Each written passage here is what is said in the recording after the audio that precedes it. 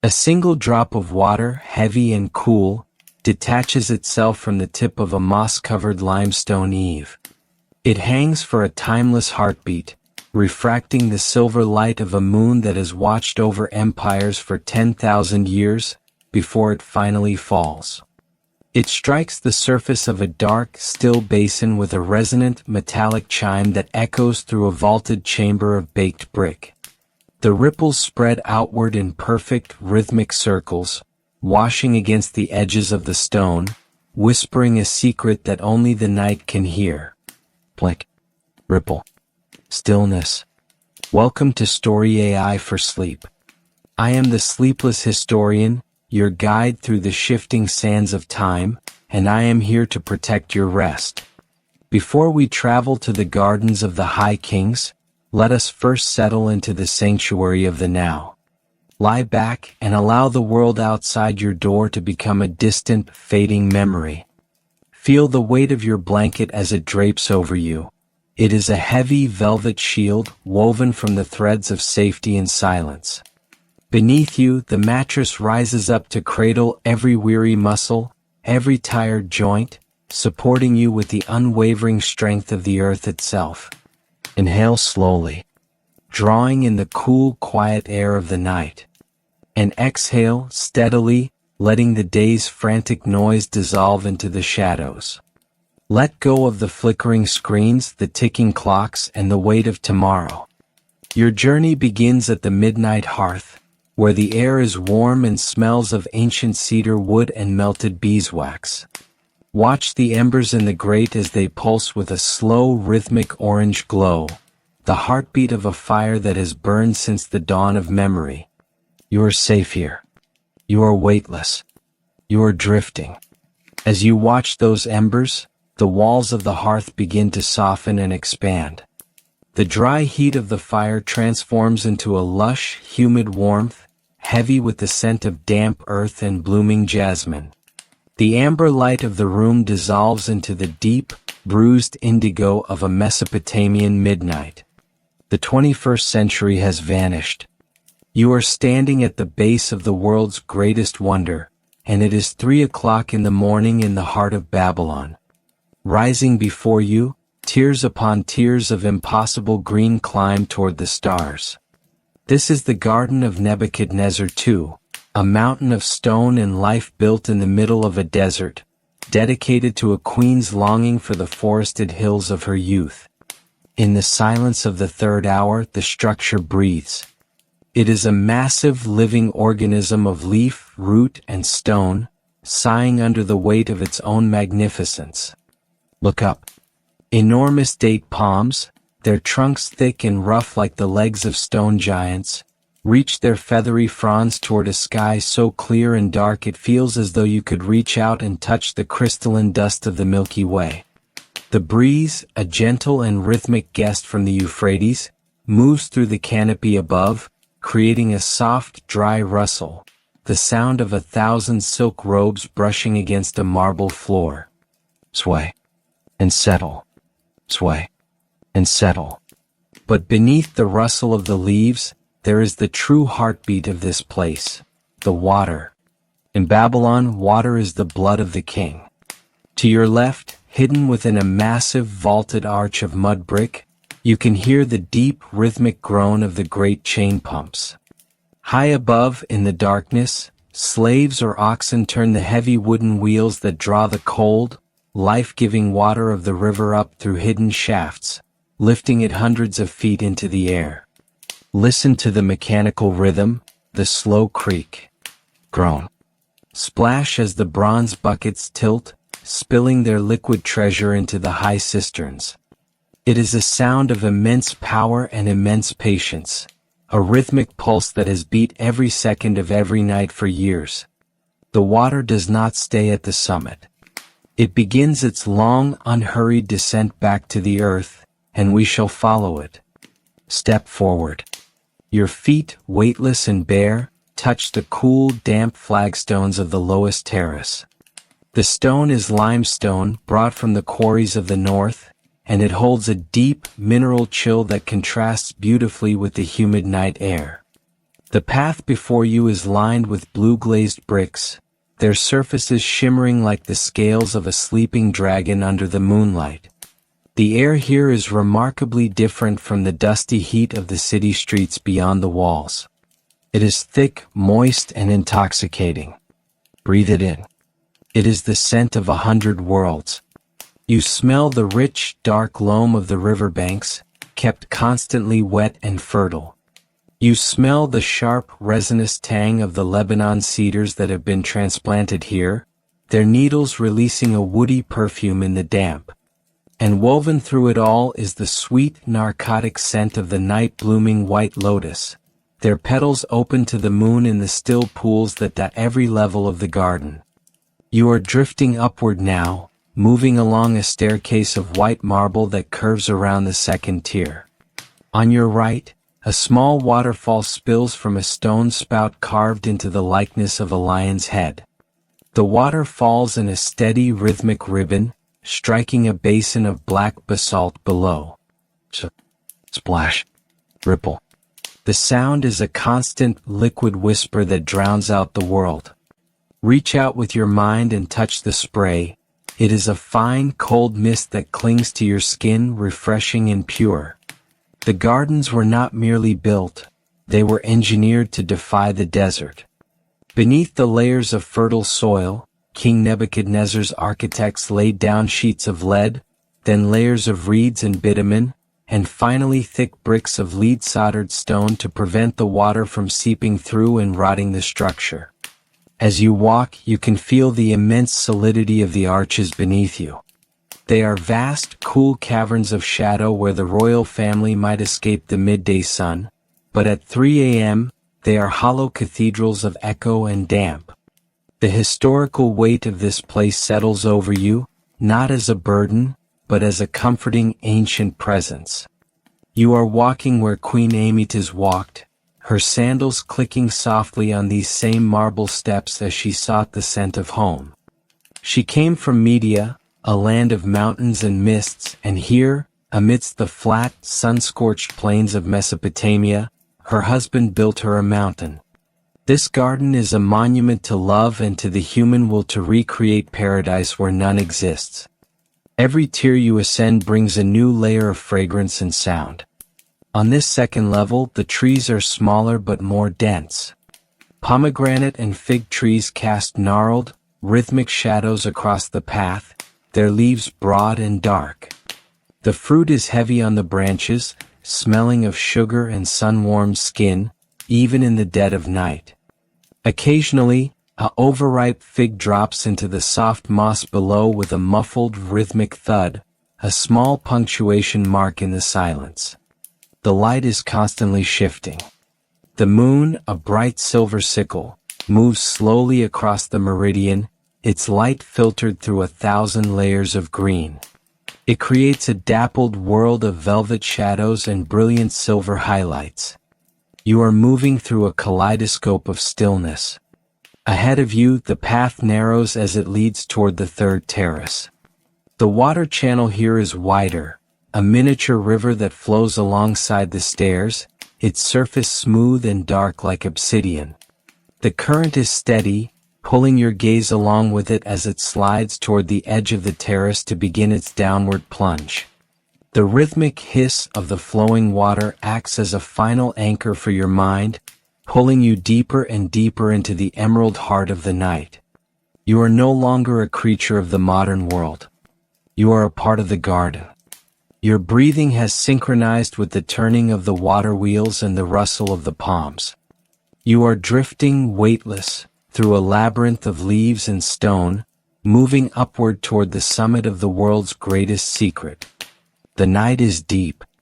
The city of Babylon sleeps in the dust below, but here the water never stops. We continue our ascent, drifting steadily away from the lower terraces where the broad-leaved tropical plants thrive in the heavy heat. As we reach the threshold of the third level, the air undergoes a subtle but profound transformation. The dense, cloying sweetness of the lowland jasmine begins to thin, replaced by a sharper, more resinous fragrance that speaks of distant, rugged peaks. This is the heart of the illusion, the place where the Babylonian architects truly began to recreate the mountains of the north. Breathe in deeply.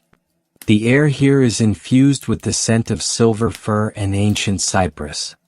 These trees were brought at immense cost, their roots balled in the cold earth of the Zagros Mountains and transported across the sun-scorched plains in covered wagons to preserve their mountain chill.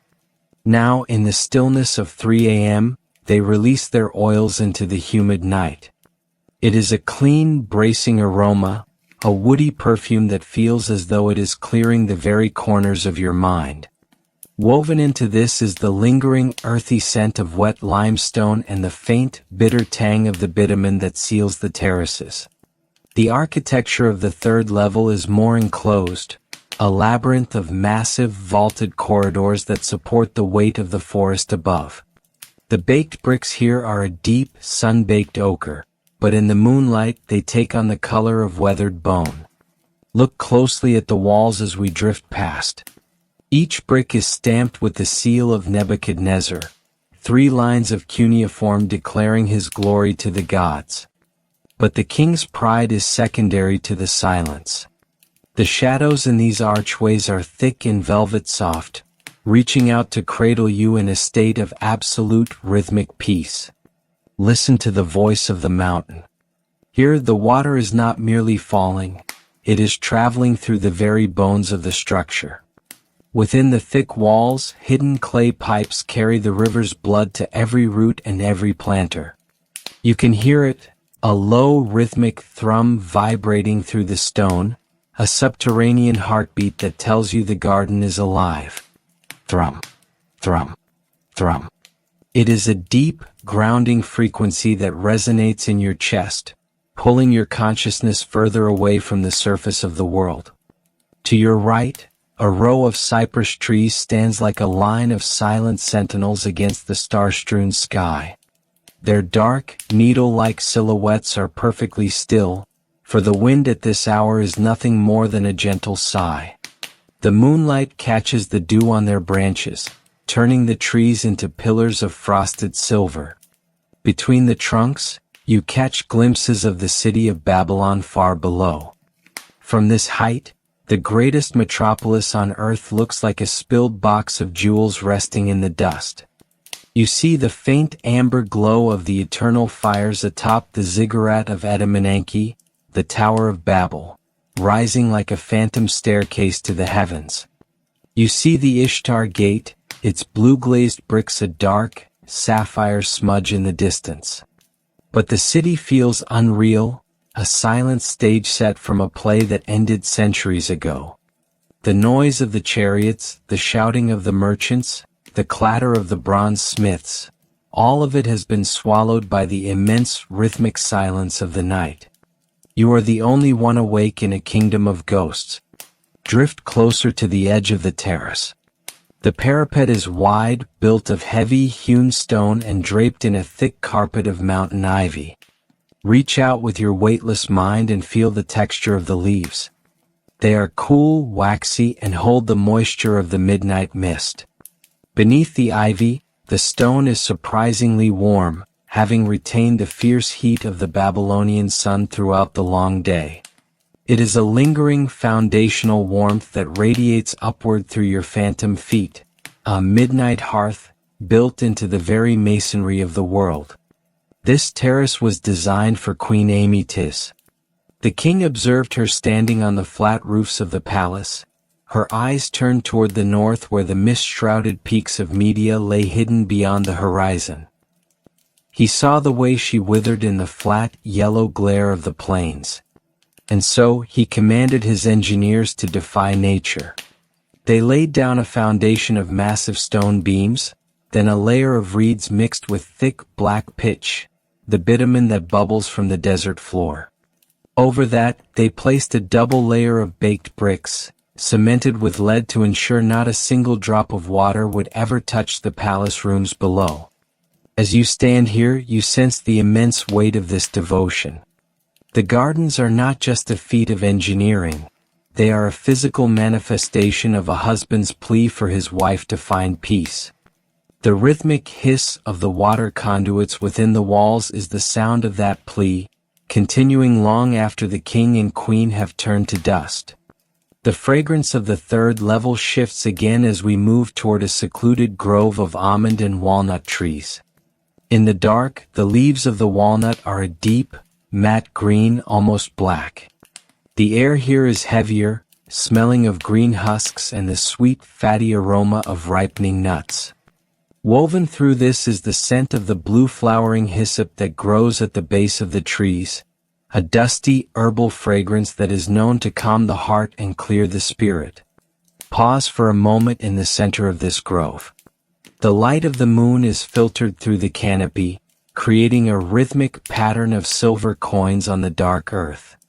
As the trees sway almost imperceptibly, the coins of light dance and merge, a silent, hypnotic performance for an audience of one. Your breathing begins to synchronize with this slow-motion light, growing longer, steadier, and more profound. In the distance, the sound of the chain pumps undergoes a subtle change. The clink-clank of the bronze buckets becomes a muffled, musical chime, softened by the intervening layers of earth and stone. It sounds like a distant bell ringing beneath the sea. Chom. Pause. Chom. It is the rhythmic measure of eternity, a clock that counts not minutes, but heartbeats. You find yourself drawn toward a small, circular pool in the center of the grove. The water here is perfectly still, a dark mirror reflecting the constellations of the northern sky. You see the Great Bear and the Dragon, their silver stars shimmering in the obsidian depths. The water is so clear that you can see the white pebbles at the bottom, each one rounded by centuries of river flow. The pool is fed by a hidden spring that bubbles up through a hole in a central marble plinth. Listen to the sound of the pool. It is a tiny rhythmic burble, a liquid secret being told to the night. Olup. Bubble. Olup. The sound is so small, so intimate, that it makes the vastness of the city below seem even further away. This is the inner sanctum, the private heart of the mountain. Here the air is the coolest it has been, a refreshing, oxygen-rich breath that fills your lungs with the essence of the forest. You are drifting deeper into the emerald shadows of the third level. The weight of the world, the taxes of the empire, the movements of the armies, the shifting of the tides, is nothing but a whisper in the wind. You are safe within the layers of bitumen and brick. You are protected by the cypress and the fir. The midnight hearth, within you is a steady, glowing coal, a center of warmth in the cool mountain air of Babylon. The shadows of the walnut trees are reaching out, inviting you to surrender to the darkness. The path ahead leads upward, toward the higher tiers where the air is even mistier and the flowers of the mountain peaks begin to bloom in the starlight. But for now, we linger in the grove, letting the rhythmic chime of the distant pumps and the scent of the walnut leaves press us gently into a state of total, unmoving surrender. The water is flowing through the stone. The trees are breathing in the dark.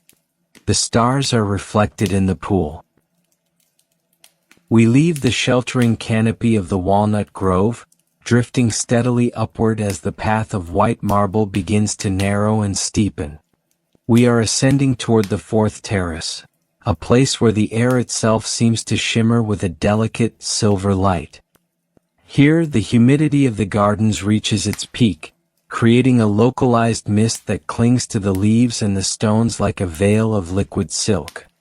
This is the cloud tier, the level designed to mimic the high, fog-shrouded valleys where the queen once walked in the dawn of her life. Breathe in this new heavy air. It is cool, remarkably pure, and carries a scent that is both floral and metallic. The primary note is the intoxicating, watery fragrance of white lilies, great, waxy blooms that open only for the moon, their petals reflecting the silver stars with a crystalline clarity. Beneath the lilies, you smell the cold, sharp scent of wet river silt, a fertile mineral aroma that has been carried up from the banks of the Euphrates to nourish the roots of this floating forest. There is a lingering trace of sandalwood, perhaps from a small incense burner left by a priestess on a lower level, its smoke now a thin silver thread winding through the mist. The architecture of this fourth tier is a marvel of ancient engineering, hidden beneath a mask of emerald green. As we drift past the massive supporting walls, notice the change in the masonry. The bricks are no longer just ochre. They are interspersed with bands of sapphire blue glaze, catching the moonlight in a rhythmic, undulating pattern that mimics the movement of the river below. The mortar between the stones is dark and thick with bitumen, smelling faintly of the deep earth and ancient fires. These walls are the ribs of the mountain, holding up millions of tons of soil and water with a silent, rhythmic strength that has endured for decades. Listen to the rhythmic symphony of the mist. Here, the water does not fall in cascades. It arrives as a gentle, pervasive hiss. The air is so saturated with moisture that it condenses on every surface, forming heavy, crystalline drops that slide down the broad leaves of the banana trees with a soft, rhythmic slith drop. Slith drop. The sound is incredibly delicate, a microscopic waterfall that surrounds you in a sphere of liquid peace. From somewhere above, a hidden bronze pipe releases a tiny rhythmic puff of steam, a byproduct of the great siphons, adding a low mechanical side to the natural chorus. Drop. Drift toward the edge of the marble parapet. The stone here is carved into a rhythmic series of lotus buds, each one polished to a glass-like finish by the constant moisture. Reach out with your weightless mind and touch the surface. It is cold, perfectly smooth, and covered in a fine, vibrating layer of dew. Beneath the parapet, the third level we just left is a dark, churning sea of green shadows, its details lost in the silver haze. But if you look further, beyond the walls of the palace complex, you can see the great ziggurat rising even higher than our current perch. It is a terrifyingly beautiful mountain of brick, its blue-tiled summit seemingly touching the belly of the Great Bear constellation. The silence at this height is different. It is an expansive silence, a stillness that feels as wide as the Babylonian horizon. The city below has vanished entirely into the night mist. The only evidence of human life is the rhythmic amber flickering of the watchfires on the distant walls of the Ishtar Gate, miles away. Those fires are like dying embers in a vast, dark hearth, a rhythmic reminder that while the empire sleeps, the gardens remain awake, breathing and growing in the dark. This terrace was King Nebuchadnezzar's greatest challenge. To keep trees of this size alive at such an altitude, his architects had to create a rhythmic irrigation system of incredible complexity. Beneath your feet, within the very floor of the terrace, lies a layer of hollowed-out stone channels. These channels are constantly filled with cool water, which evaporates through porous ceramic tiles to keep the roots of the mountain pines and the silver firs in a state of perpetual mountain chill. You can feel this cooling effect rising through the stones, a rhythmic thermal pulse that balances the warm, humid air of the Mesopotamian night. We move deeper into the mist toward a long, colonnaded walkway of white alabaster. The columns are slender and fluted, their bases wrapped in thick emerald green moss that feels like velvet to the touch. The air in this corridor is the stillest we have encountered. It is a pocket of absolute vacuum, where even the scent of the lilies is frozen in the silver air. This is the passage of whispers, where the architects would walk to listen for any rhythmic cracks or shifts in the structure. Tonight, it is a hall of absolute crystalline surrender. Pause for a moment in the center of the colonnade. The light of the moon hits the alabaster walls, causing them to glow from within with a soft, milky radiance. This light is rhythmic in its own way, waxing and waning as thin clouds drift across the lunar face. As the light dims, the shadows of the columns stretch and merge, reaching out like long dark fingers to tuck you into the stillness. Your breathing begins to slow, matching the rhythmic expansion and contraction of the silver light. You are no longer drifting. You are becoming a part of the masonry, a silent, weightless observer of the ancient dark. In the distance, the sound of the chain pumps takes on a new quality. It is no longer a groan or a chime. It is a rhythmic, low-frequency hum, a vibration that you feel in your bones rather than hear with your ears. It is the sound of the world turning on its axis, a cosmic hum that grounds your spirit in the deep, dark soil of the gardens. It is the sound of safety. It is the sound of the midnight hearth, reaching its most profound and quiet stage. The scent of the lilies grows stronger as we approach a series of shallow, rectangular pools that line the walkway. The water here is as dark as charcoal, but its surface is covered in a layer of floating white petals. The air above the pools is heavy with the scent of nectar and cold water. This fragrance is a sedative, a floral weight that pulls your eyelids down and anchors your mind to the rhythmic movement of the ripples. Reach out and touch the water. It is surprisingly heavy, dense with the minerals of the river, holding a rhythmic, cold energy that has been drawn up from the depths of the earth. You are drifting further into the silver mist of the fourth level. The weight of your own history, the worries of your waking life, the noise of your modern world, has been entirely washed away by the constant rhythmic hiss of the moisture. You are a ghost in the house of the king, a silent guest in the garden of the queen. The midnight hearth, within you is a steady, glowing coal, a center of warmth in the cool, liquid air of Babylon. The shadows of the alabaster columns are inviting you to rest, to lean against the cold stone and let the mist envelop you.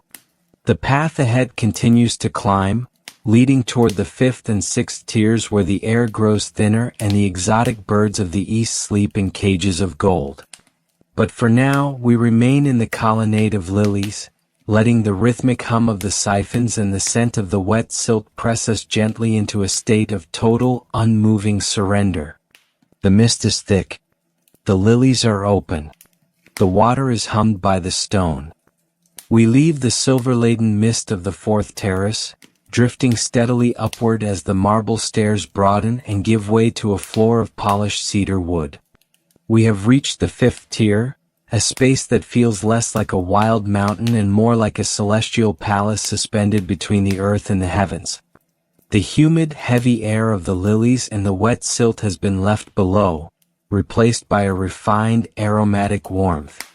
This is the Royal Avian Gallery, the place where King Nebuchadnezzar gathered the wings of the world to sing for his queen. But at 3 a.m. the songs are stilled, and the air is thick with the rhythmic, collective breathing of 1,000 sleeping birds. Breathe in the atmosphere of this elevated sanctuary. It is a dry, sweet, and incredibly complex fragrance. The primary note is the deep, spicy scent of the cedar wood itself, brought from the high forests of Lebanon, its resins matured by the sun until they smell like honey and smoke. Overlaid on this is the sharp, appetizing aroma of cinnamon and cloves, scattered in the sand at the base of the enclosures to keep the air fresh. You can also detect the faint, fruity scent of dried apricots and pressed dates, the remnants of the day's feeding, now a sugary ghost in the midnight air. This scent profile is grounding and luxurious, a sensory midnight hearth that suggests a world of infinite care and protected beauty. The architecture here is delicate and airy. Instead of massive stone arches, the roof is supported by slender columns of cedar, their capitals gilded with thin leaves of beaten gold that catch the waning moonlight. Between the columns, intricate screens of ivory and ebony create a rhythmic pattern of shadow and light on the polished floor. As we drift through the gallery, notice the gold cages mentioned in the ancient scrolls. They are not cages of imprisonment, but vast, silk-draped pavilions of fine gold wire, suspended from the rafters by chains of solid bronze. Listen to the rhythmic silence of the gallery. It is not an empty silence, but a living one. In the absolute quiet of the third hour, you can hear the microscopic sounds of life at rest. From the gold wire pavilions, there is the occasional rhythmic shush of a wing being tucked tighter against a warm body, or the soft, dry click of a beak shifting in sleep. You can sense the rhythmic pulse of tiny hearts, beating in a slow, synchronized meter that matches the distant thrum of the water wheels.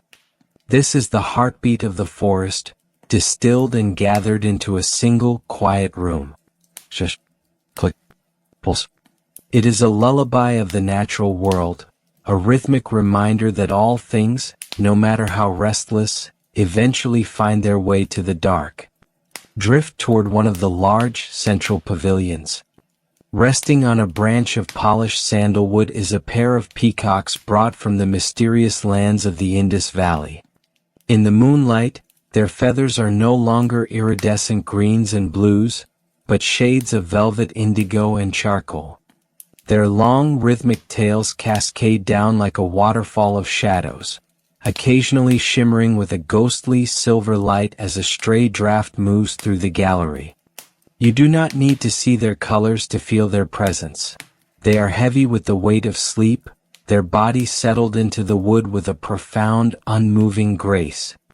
The light in the gallery is low and rhythmic.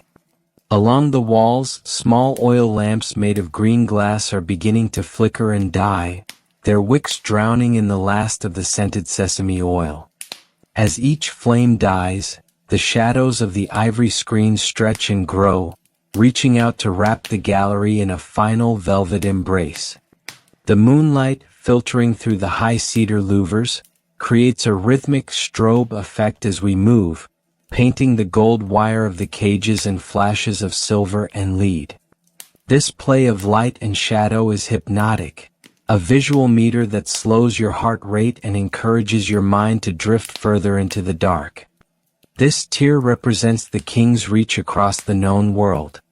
To build this gallery, he sent caravans across the Silk Road and ships down the Persian Gulf. The birds here are ambassadors of the horizon, parrots from the rainforests, pheasants from the cold mountains of the east, and tiny, iridescent sunbirds from the south.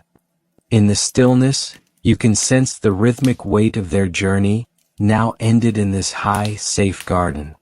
The air here feels expensive, thick with the labor of 1,000 merchants and the devotion of a king who wanted to bring the world's music to his wife's doorstep.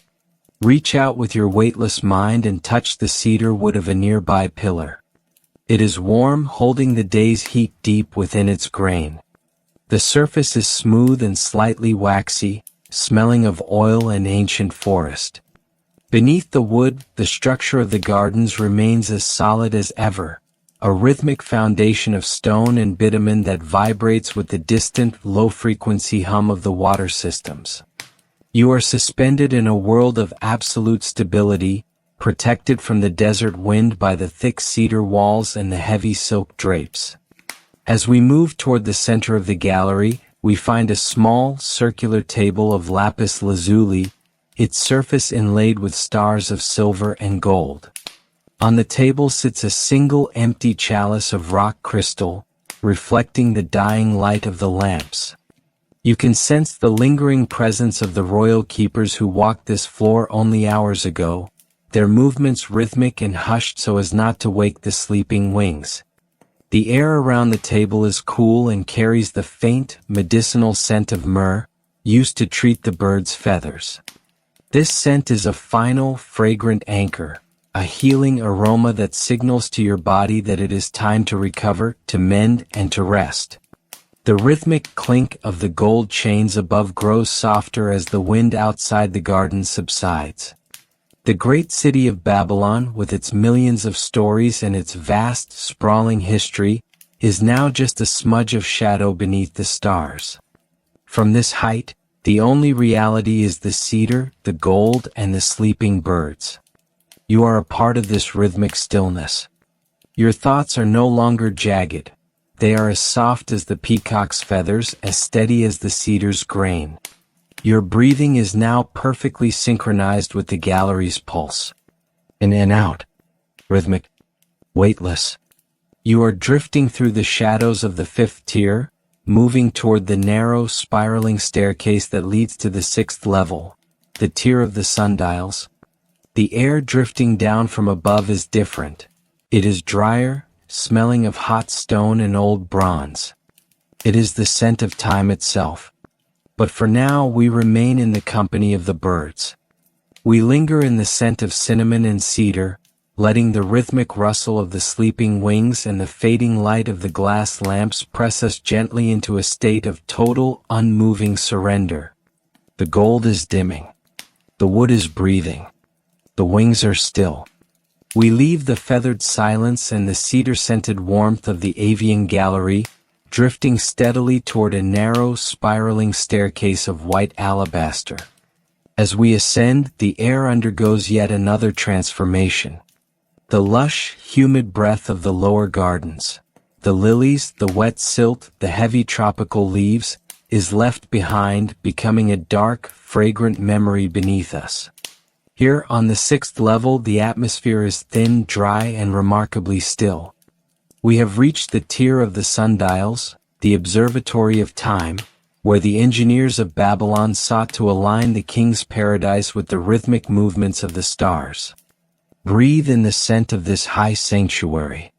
It is a mineral scent, sharp and clean. The primary note is the aroma of sun-baked limestone, stone that has absorbed the fierce Babylonian sun for 12 hours and is now slowly, steadily releasing that heat into the 3 a.m. air. It is an earthy, baked smell, reminiscent of the desert but refined by the height. Overlaid on this is the metallic, slightly acidic scent of ancient bronze, great astronomical instruments that have weathered into a matte, sea-green verdigris. You can also detect the faint, dusty fragrance of old parchment and beeswax, perhaps from the scrolls of the stargazers who were here only hours ago. This scent profile is intellectual and grounding, a midnight hearth of the mind that invites you to contemplate the vast rhythmic cycles of the cosmos. The architecture of the sixth tier is stark and monumental. The lush vegetation of the lower terraces has been replaced by a geometric landscape of stone and bronze. The floor is composed of massive, perfectly square blocks of white marble, their surfaces polished so fine they reflect the indigo sky like a frozen sea. Standing at rhythmic intervals are the great dials, monolithic stone pillars or gnomons, carved with the precision of a jeweler.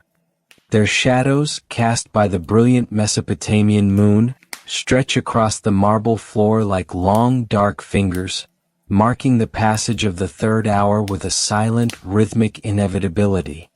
Listen to the silence of the dials. It is a heavy silence, a stillness so profound that it feels physical. In the absence of the rustling palms and the rushing water, you can hear the deeper, subterranean sounds of the world. From a small, shadowed alcove nearby, there is the rhythmic, crystalline drip. Drip. Drip of a clepsydra, a Babylonian water clock. Each drop represents a heartbeat of the universe, a rhythmic falling of time that has continued since the foundations of the city were laid. The sound is hollow and resonant, echoing through the stone chamber with a rhythmic persistence that anchors your mind to the present moment. Drip. Pause. Drip. It is the sound of time being measured by the earth's own tears. Drift toward the central dial, a massive bronze disc inlaid into the floor and surrounded by a ring of lapis lazuli. The blue stone is the color of the deep ocean, shimmering with a ghostly, internal light under the moon. On the bronze disc, the 12 signs of the Babylonian zodiac are engraved in rhythmic, flowing cuneiform. The bull, the twins, the lion, each one a guardian of a specific season and a specific hour. You can sense the rhythmic weight of these symbols, They are the maps of the human soul, drawn in the ink of the stars. Reach out with your weightless mind and touch the bronze. It is cold, hard, and vibrates with a faint, low-frequency hum, as if it is catching the very music of the spheres. The light at this height is pure and uncompromising. The moon is a silver coin suspended in a vault of velvet indigo. There are no clouds here to filter its radiance. The light hits the gnomons and the bronze instruments with a rhythmic intensity, creating a world of absolute blacks and brilliant, metallic whites. It is a visual symphony of geometry. As you look up at the star-filled sky, you realize that the gardens were not just built for the queen's comfort. They were a bridge between the mud of the riverbanks and the fire of the heavens. In the 3 a.m. stillness, the sixth tier feels as though it is floating in the ecliptic, a rhythmic passenger on the great ship of the night. This level represents the king's desire to master time itself. Nebuchadnezzar II was not merely a conqueror of lands. He was a student of the heavens. He understood that the success of his empire depended on the rhythmic cycles of the Nile and the Euphrates, which in turn were dictated by the stars. To stand here is to stand in the mind of the king, a place of absolute order and cosmic scale. The air feels thin and sharp, encouraging a state of mental expansion where your thoughts can drift across the millennia without effort, moving with the slow, rhythmic grace of the constellations. Reach out and touch the stone gnomon. It is surprisingly warm, holding the midnight hearth of the day's sun deep within its crystalline heart. The surface is etched with thousands of fine lines, a rhythmic record of the sun's journey across the sky. Beneath the stone, the garden continues its rhythmic breathing. Even at this height, the distant, muffled thrum of the water pumps reaches you, a rhythmic vibration that travels up through the tiers like a pulse. You are safe in the center of this great ticking clock. You are protected by the mathematics of the stars and the solidity of the limestone. As we move toward the western edge of the terrace, we find a series of bronze sighting tubes, mounted on swivels of heavy iron. These are the eyes of Marduk, used by the priests to track the wandering planets. The air around these instruments is cool and carries the faint, metallic scent of iron gall ink. This scent is a final, intellectual anchor, a fragrance of knowledge and observation that tells your mind it is time to let go of the chaos of the world and surrender to the order of the night. The rhythmic drip of the water clock grows softer as we move further into the shadows of the dials. The great city of Babylon, now hundreds of feet below us, is a sea of velvet dark, its millions of lives reduced to a rhythmic, collective silence. From this height, the only reality is the stone, the bronze, and the stars. You are a part of this cosmic rhythm. Your breathing has become as steady as the clepsydra, as slow as the movement of the Great Bear around the pole star. Your mind is now perfectly synchronized with the pulse of the heavens. In and out. Rhythmic. Weightless. You are drifting through the geometry of the sixth tier, moving toward the broad stone ramp that leads to the seventh level, the tier of the royal tents. The air drifting down from above is different. It is richer, smelling of dyed wool, rose water, and the lingering scent of high-altitude flowers. It is the scent of the king's own rest. But for now we remain in the company of the dials. We linger in the scent of limestone and bronze, letting the rhythmic drip of the water clock and the vast silver light of the moon press us gently into a state of total, unmoving surrender. The bronze is cold. The stone is warm. The stars are watching. Leaving the stark, geometric precision of the sundial tier, we ascend a broad, gentle stone ramp that curves around the seventh level of this artificial mountain. As we move, the cold, mineral chill of the limestone and the sharp, metallic tang of the bronze instruments begin to fade. In their place, a new world of softness and texture emerges. We have reached the tier of the royal tents, a space designed to mimic the high, windy summer camps of the Median Highlands. Here, the architecture of stone gives way to the architecture of fabric, and the air is alive with the rhythmic, comforting sigh of wind moving through heavy wool. Breathe in the atmosphere of this high refuge. It is a rich, grounding, and deeply comforting scent profile. The primary note is the earthy, organic aroma of heavy, hand-woven sheep's wool, the scent of lanolin and mountain mist, brought from the Queen's homeland.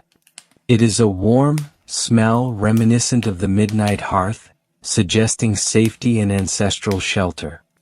Overlaid on this is the delicate floral sweetness of Persian rosewater, which has been sprinkled liberally over the thick carpets and silk cushions. You can also detect the faint, honeyed fragrance of wild primrose and mountain rhododendrons, which thrive in the cooler, thinner air of this elevated terrace. This scent profile is a sensory embrace, a rhythmic path that leads your mind toward the deepest regions of rest. The architecture here is a masterpiece of nomadic luxury adapted for a king.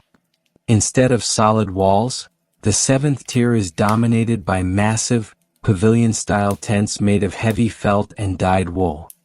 They stand in rhythmic clusters, their peaks reaching toward the stars like the summits of the Zagros Mountains. The fabric is dyed in deep royal hues, Tyrian purple, indigo, and a rich, earthy crimson, colors that, in the 3 a.m. moonlight, appear like velvety shadows. Between the tents, the floor is covered in thick, hand-knotted median carpets, their intricate rhythmic patterns of vines and hunters providing a soft, hushed surface for our weightless journey. Listen to the music of the high wind. At this height, the breeze from the Euphrates is constant and rhythmic. It catches the heavy fabric of the tents, creating a low, percussive thwack. Thwack, as the wool settles and sighs against the cedar poles. Attached to the silk cords that anchor the pavilions are thousands of tiny silver bells, no larger than a jasmine bud. As the wind moves, they produce a faint rhythmic tinkle, a high-pitched crystalline melody that sounds like the stars themselves are singing. Thwack, tinkle, sigh. This is the rhythmic lullaby of the high places, a sound that has echoed across the mountain plateaus for millennia, now captured here for the peace of the Queen. Drift toward the central pavilion, the king's private retreat. The entrance is draped in heavy curtains of embroidered silk, their surfaces shimmering with a rhythmic pattern of silver thread. Reach out with your weightless mind and feel the texture of the fabric.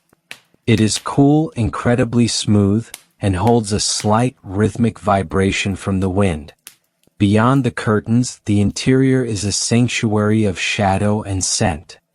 The floor is a sea of cushions filled with the down of northern swans, inviting a state of total, weightless surrender. You can sense the lingering presence of the royal couple, their rhythmic breathing having left an imprint of peace in the air.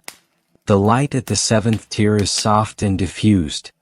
The brilliant silver of the moon is filtered through the heavy fabric of the tents, creating an interior glow the color of a fading ember. This is the midnight hearth, in its most intimate form, a protected, glowing space where the harshness of the empire is locked away behind layers of wool and silk. As the wind moves the fabric, the light inside the tents waxes and wanes in a slow, rhythmic pulse, a visual heartbeat that encourages your own heart to slow its pace. You are safe within the layers. You are secure in the heart of the mountain. This tier represents the king's ultimate gift to Amytis, a piece of her soul's geography.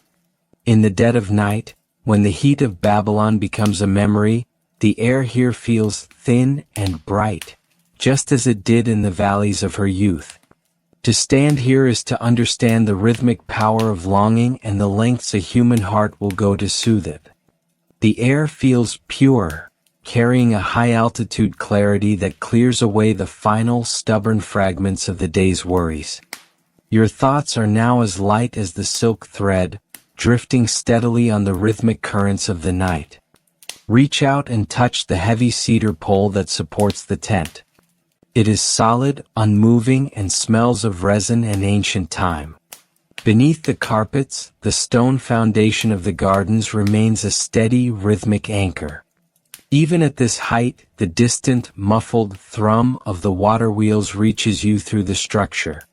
A subterranean pulse that reminds you that the garden is a living, breathing miracle. You are suspended in a state of absolute equilibrium, caught between the heavy wool of the earth and the silver light of the stars. As we move toward the northern edge of the terrace, we find a small, copper brazier, its coals now reduced to a fine white ash. The air around the brazier carries the faint, spicy scent of frankincense and dried mountain herbs. This scent is a final, fragrant anchor, a ritual aroma that signals to your spirit that the journey is nearing its highest point. The city of Babylon, far below, has completely vanished into a sea of indigo mist. There is no sound from the streets, no light from the palaces. There is only the wind, the bells, and the rhythmic breathing of the tents. The rhythmic tinkle of the silver bells grows more frequent as the night wind picks up. It is a celebratory sound, a greeting to the dawn that is still hours away. But for you, it is a signal to sink deeper into the velvet cushions of the dark. You are a part of this rhythmic softness. Your mind is no longer a navigator, it is a traveler who has found its home. You are weightless in the high wind. You are safe in the royal silence. Your breathing is now perfectly synchronized with the flapping of the wool. In and out. Rhythmic. Steady. You are drifting through the fabric labyrinth of the 7th tier, moving toward the final narrow stairs that lead to the 8th level, the tier of the sacred white peacocks. The air drifting down from above is different. It is even cooler, smelling of mountain snow and the first faint hint of the morning dew. But for now we remain in the company of the tents.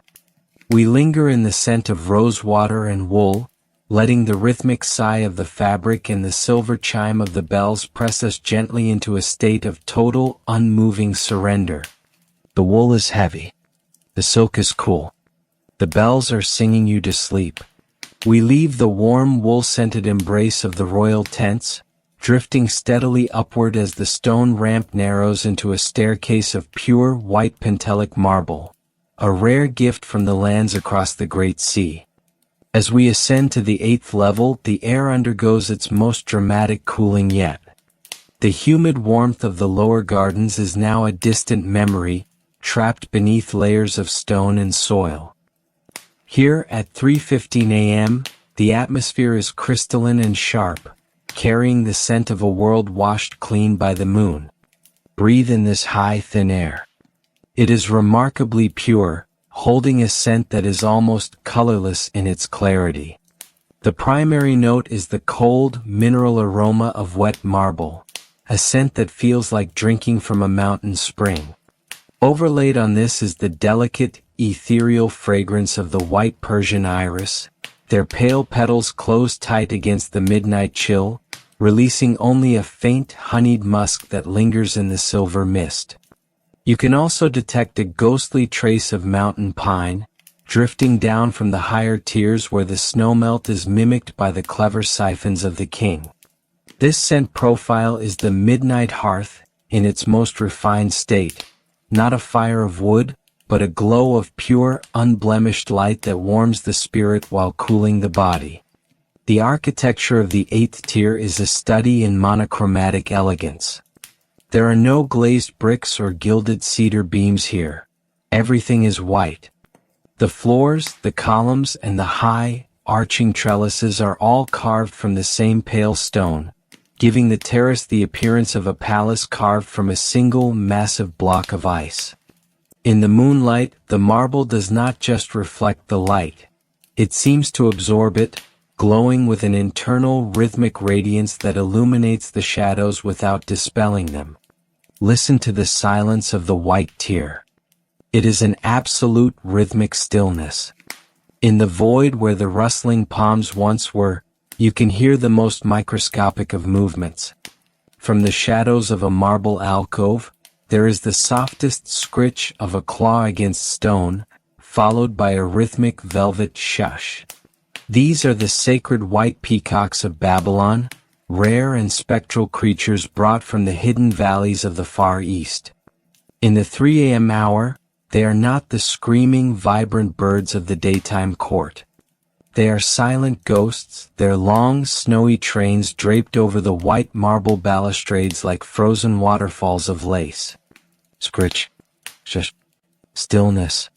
Their rhythmic, collective breathing adds a low-frequency hum to the air, a white noise of the soul that pulls you deeper into the mattress of the night. Drift toward the central plaza of the terrace. Here, a circular pool of white alabaster is filled with water so clear it seems invisible.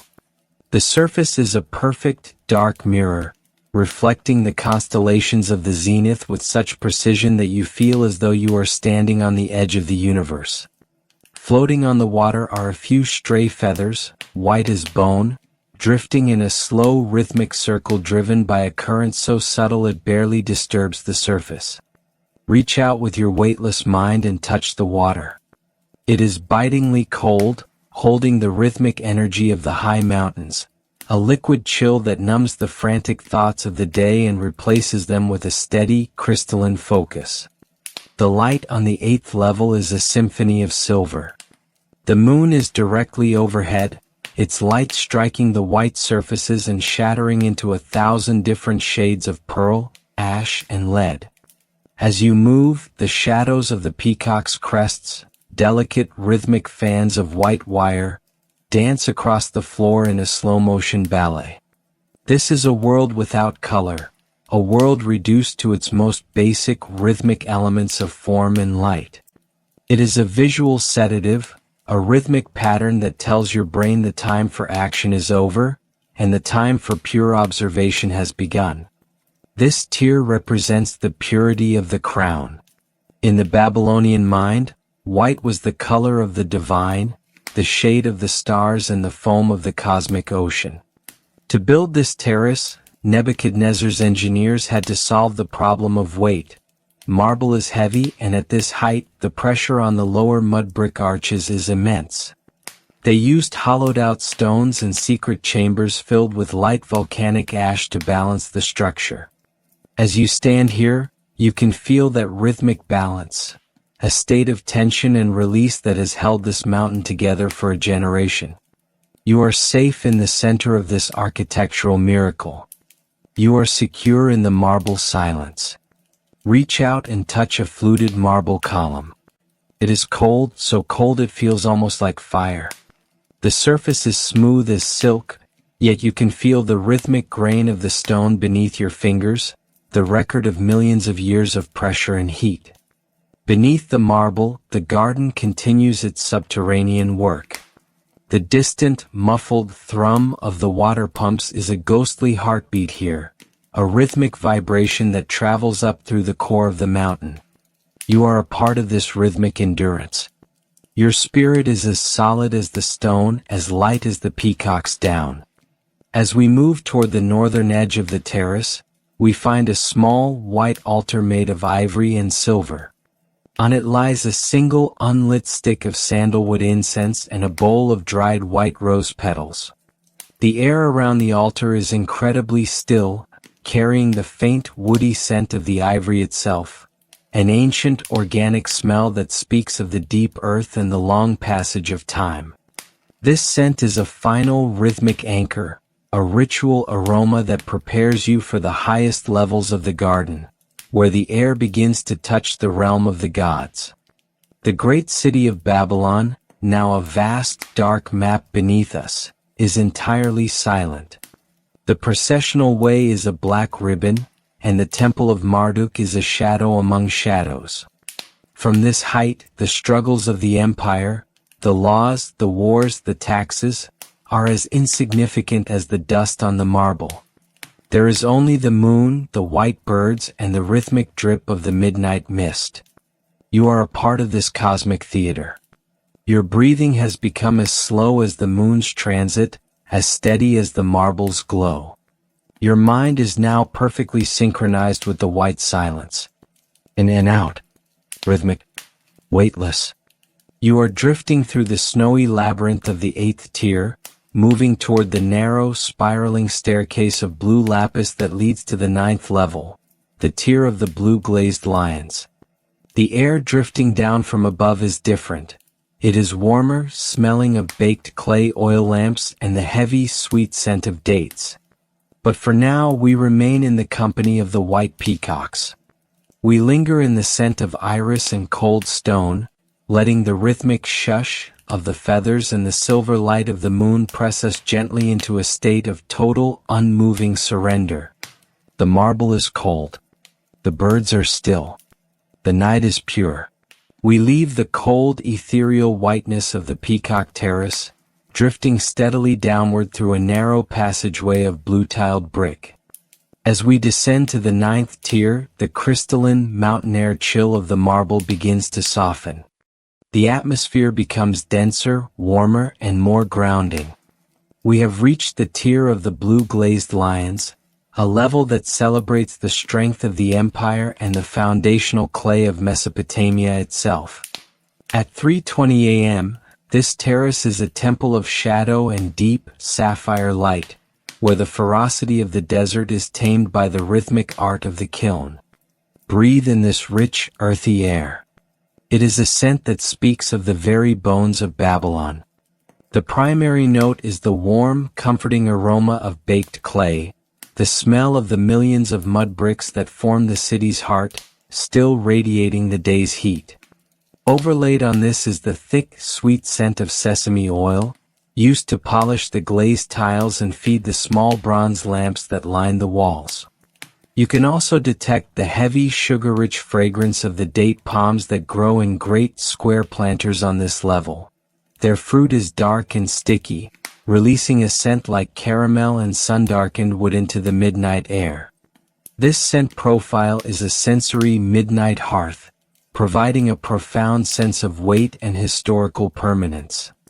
The architecture of the 9th tier is monumental and vibrant, even in the dark. The walls are not made of stone, but of thousands of bricks glazed in a deep cobalt blue, the color of the sky just before the sun vanishes. Reliefs of golden-maned lions, the symbols of Ishtar, march in a rhythmic, never-ending procession along the colonnades. In the moonlight, their glazed surfaces shimmer with an oily, rhythmic luster, making it seem as though the lions are breathing, their muscles tensing and relaxing as we drift past. The floor beneath us is a mosaic of ochre and turquoise, the patterns repeating in a hypnotic, rhythmic geometry that grounds your spirit. Listen to the voice of the clay. Here the gardens feel solid. Within the thick walls, the water moves through ceramic conduits with a muffled, rhythmic gurgle, a liquid heartbeat that sounds far away and deeply subterranean. Gurgle. Pulse. Silence.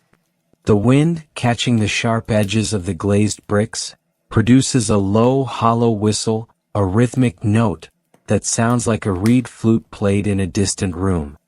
It is a sound of immense stability, a rhythmic reminder that you are held in the heart of an indestructible fortress. Drift toward one of the massive golden lions. Reach out with your weightless mind and touch the surface of the glaze. It is smooth, almost like glass, and holds a deep, resonant warmth from the sun. Beneath the glaze, you can sense the texture of the clay, molded by the hands of 1,000 potters in the heat of the Babylonian kilns. This is the material of life itself in the valley of the 2 rivers. The lions do not watch you. They look outward, toward the horizon, their rhythmic presence providing a shield of safety for your journey. The light on the 9th level is heavy and saturated. The moon, reflecting off the blue tiles, fills the air with a sapphire haze, a blue hour that never ends. Shadows are not black here, but a deep, bruised purple stretching long and rhythmic across the mosaic floor. As you move, the golden manes of the lions catch the light in rhythmic flashes, like the glint of embers in a dark room. This play of color and shadow is a visual sedative, a rhythmic cycle of deep blue and muted gold that slows your pulse and invites you to sink deeper into the stillness. This tier represents the protection of the king. The lions are the guardians of the queen's peace, a rhythmic army of stone and glass that stands watch while the empire sleeps. To create these tiles, the Babylonian chemists used cobalt and copper, melting them in furnaces that burned hotter than the desert sun. As you stand here, you can feel the rhythmic residue of that fire, a foundational strength that supports the entire weight of the mountain of green above. You are safe in the company of the lions. You are secure in the blue silence. Reach out and touch a pillar of glazed brick. The surface is slightly tacky from the sesame oil, holding a rhythmic, organic texture that feels alive. Beneath your hand, the vibration of the great pumps is a steady, reassuring thrum, a rhythmic anchor that connects the high gardens to the deep river. You are a part of this rhythmic cycle, the fire of the kiln, the water of the river, the clay of the earth. Your thoughts are now as steady as the lion's gaze, as deep as the sapphire glaze. As we move toward the eastern ramp, we find a small bronze tripod holding a dish of dried juniper berries. The air around the tripod is spicy and clean, carrying a scent that is traditionally used to ward off restless spirits. This aroma is a final rhythmic anchor, a purifying scent that tells your mind it is time to leave the pride of the empire behind and descend toward the more intimate, secret levels of the garden. The city of Babylon, far below, remains a sea of dark indigo. The Euphrates is a silver thread winding through the velvet plains. From this height, the ninth tier feels like a transition, a bridge between the celestial white of the peacocks and the earthly warmth of the royal chambers below. There is no sound from the city, only the rhythmic whistle of the wind against the blue tiles. You are a part of this rhythmic history. Your breathing has become as slow as the river's flow, as steady as the baked clay. Your mind is now perfectly synchronized with the sapphire dark. In and out. Rhythmic. Weightless. You are drifting through the blue labyrinth of the ninth tier, moving toward the cedar-lined passageway that leads to the 10th level, the chamber of the scented winds. The air drifting from below is different. It is softer, smelling of musk, aged wine, and the sweet, lingering smoke of the midnight hearth. But for now we remain in the company of the lions. We linger in the scent of clay and oil, letting the rhythmic hum of the conduits and the blue light of the moon press us gently into a state of total, unmoving surrender. The clay is warm. The lions are watching. The night is deep blue. We drift away from the guarded strength of the sapphire lions, descending through a short, cedar-lined tunnel that opens into the 10th level, the chamber of the scented winds. As we enter, the air undergoes a remarkable change, losing its open, mountain clarity and becoming thick, intimate, and profoundly aromatic. We are now in one of the most secret layers of the garden, a place where the Babylonian engineers used the natural movement of the night air to create a sensory sanctuary for the royal senses. Breathe in this concentrated atmosphere. It is a scent that feels like a velvet weight upon the chest. The primary note is the deep animal sweetness of aged musk, a rare and precious substance brought from the mountain deer of the Far East. Its scent matured in silver jars until it smells like ancient earth and warm skin. Overlaid on this is the rich, fermented aroma of date wine, kept in porous clay amphorae that allow a ghost of the sugar and yeast to escape into the room. You can also detect the dry, powdery fragrance of 1,000 crushed rose petals, scattered in the corners of the chamber to absorb the moisture of the night. This scent profile is the ultimate midnight hearth, an indoor refuge where the wildness of the gardens is distilled into a single rhythmic breath of luxury.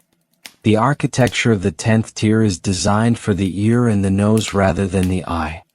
The walls are not solid stone.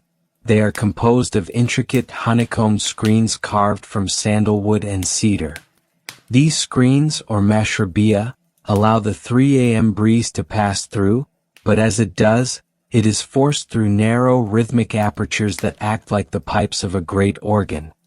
In the moonlight, the screens create a complex, moving tapestry of shadows on the floor, a rhythmic dance of geometric stars and interlaced vines that seems to shift with every breath of the wind. Listen to the music of the scented winds. It is a low-frequency rhythmic hum, a series of deep, resonant notes that vibrate through the wooden screens. Sigh, whisper.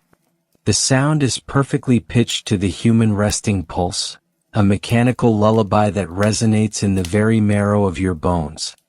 Hanging from the ceiling are long strings of glass and carnelian beads. As the scented air moves through the chamber, the beads sway and touch with a rhythmic clink, a sound like tiny fragments of ice falling on a silver plate. Clink, sway, silence. It is the sound of time slowing down, a rhythmic subtraction of the world's noise. Drift toward one of the massive clay amphorae.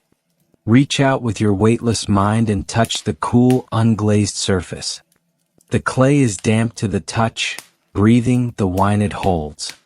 You can sense the rhythmic fermentation taking place inside, a slow chemical dance of life that matches the slow rhythmic expansion of your own lungs. The room feels enclosed, a pocket of absolute privacy where the immense scale of the Babylonian Empire is reduced to the distance between two heartbeats. The light in the chamber of scented winds is a dim, sepia glow.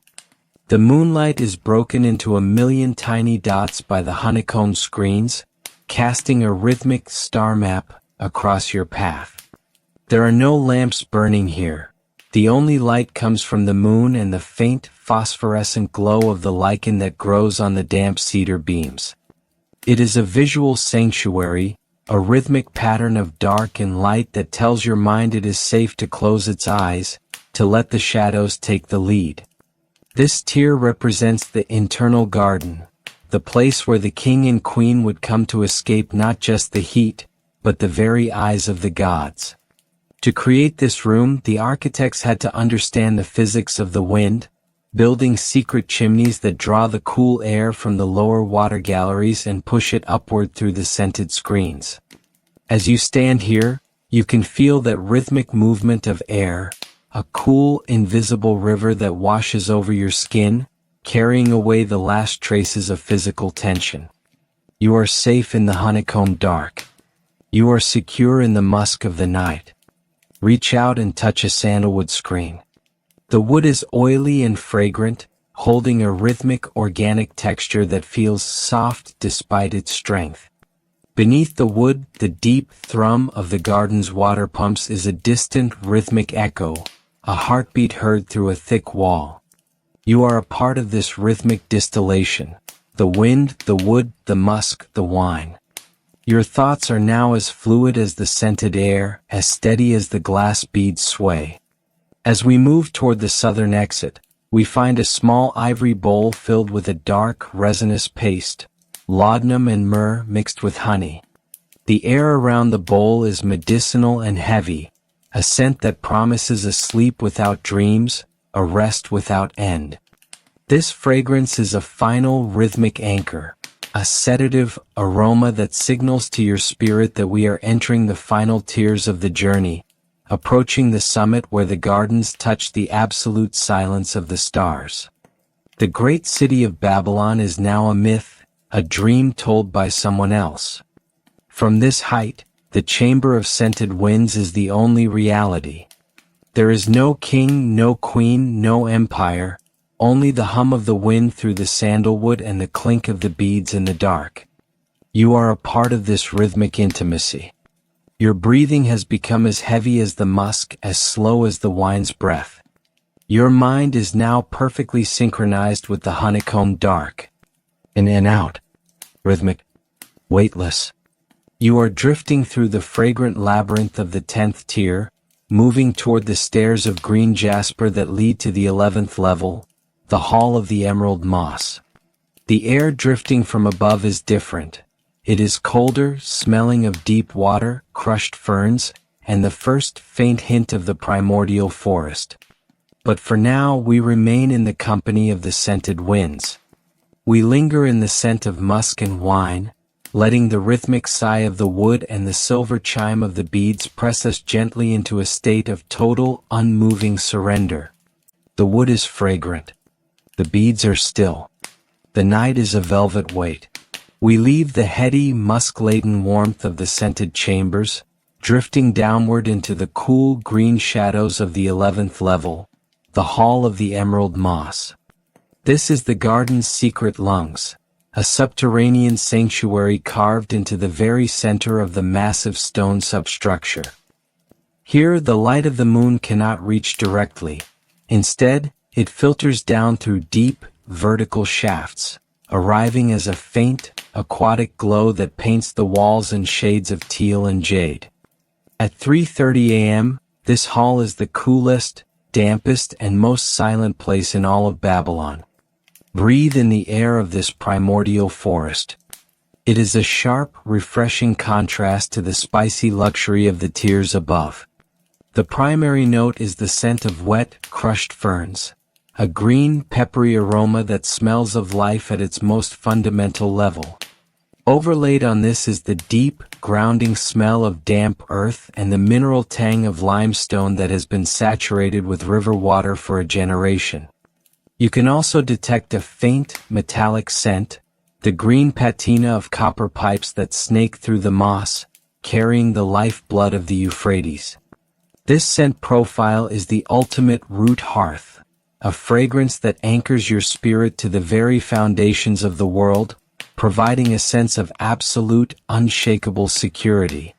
The architecture of the 11th tier is organic and fluid. The massive stone pillars that support the weight of the mountain above are entirely cloaked in a thick, vibrating carpet of emerald moss.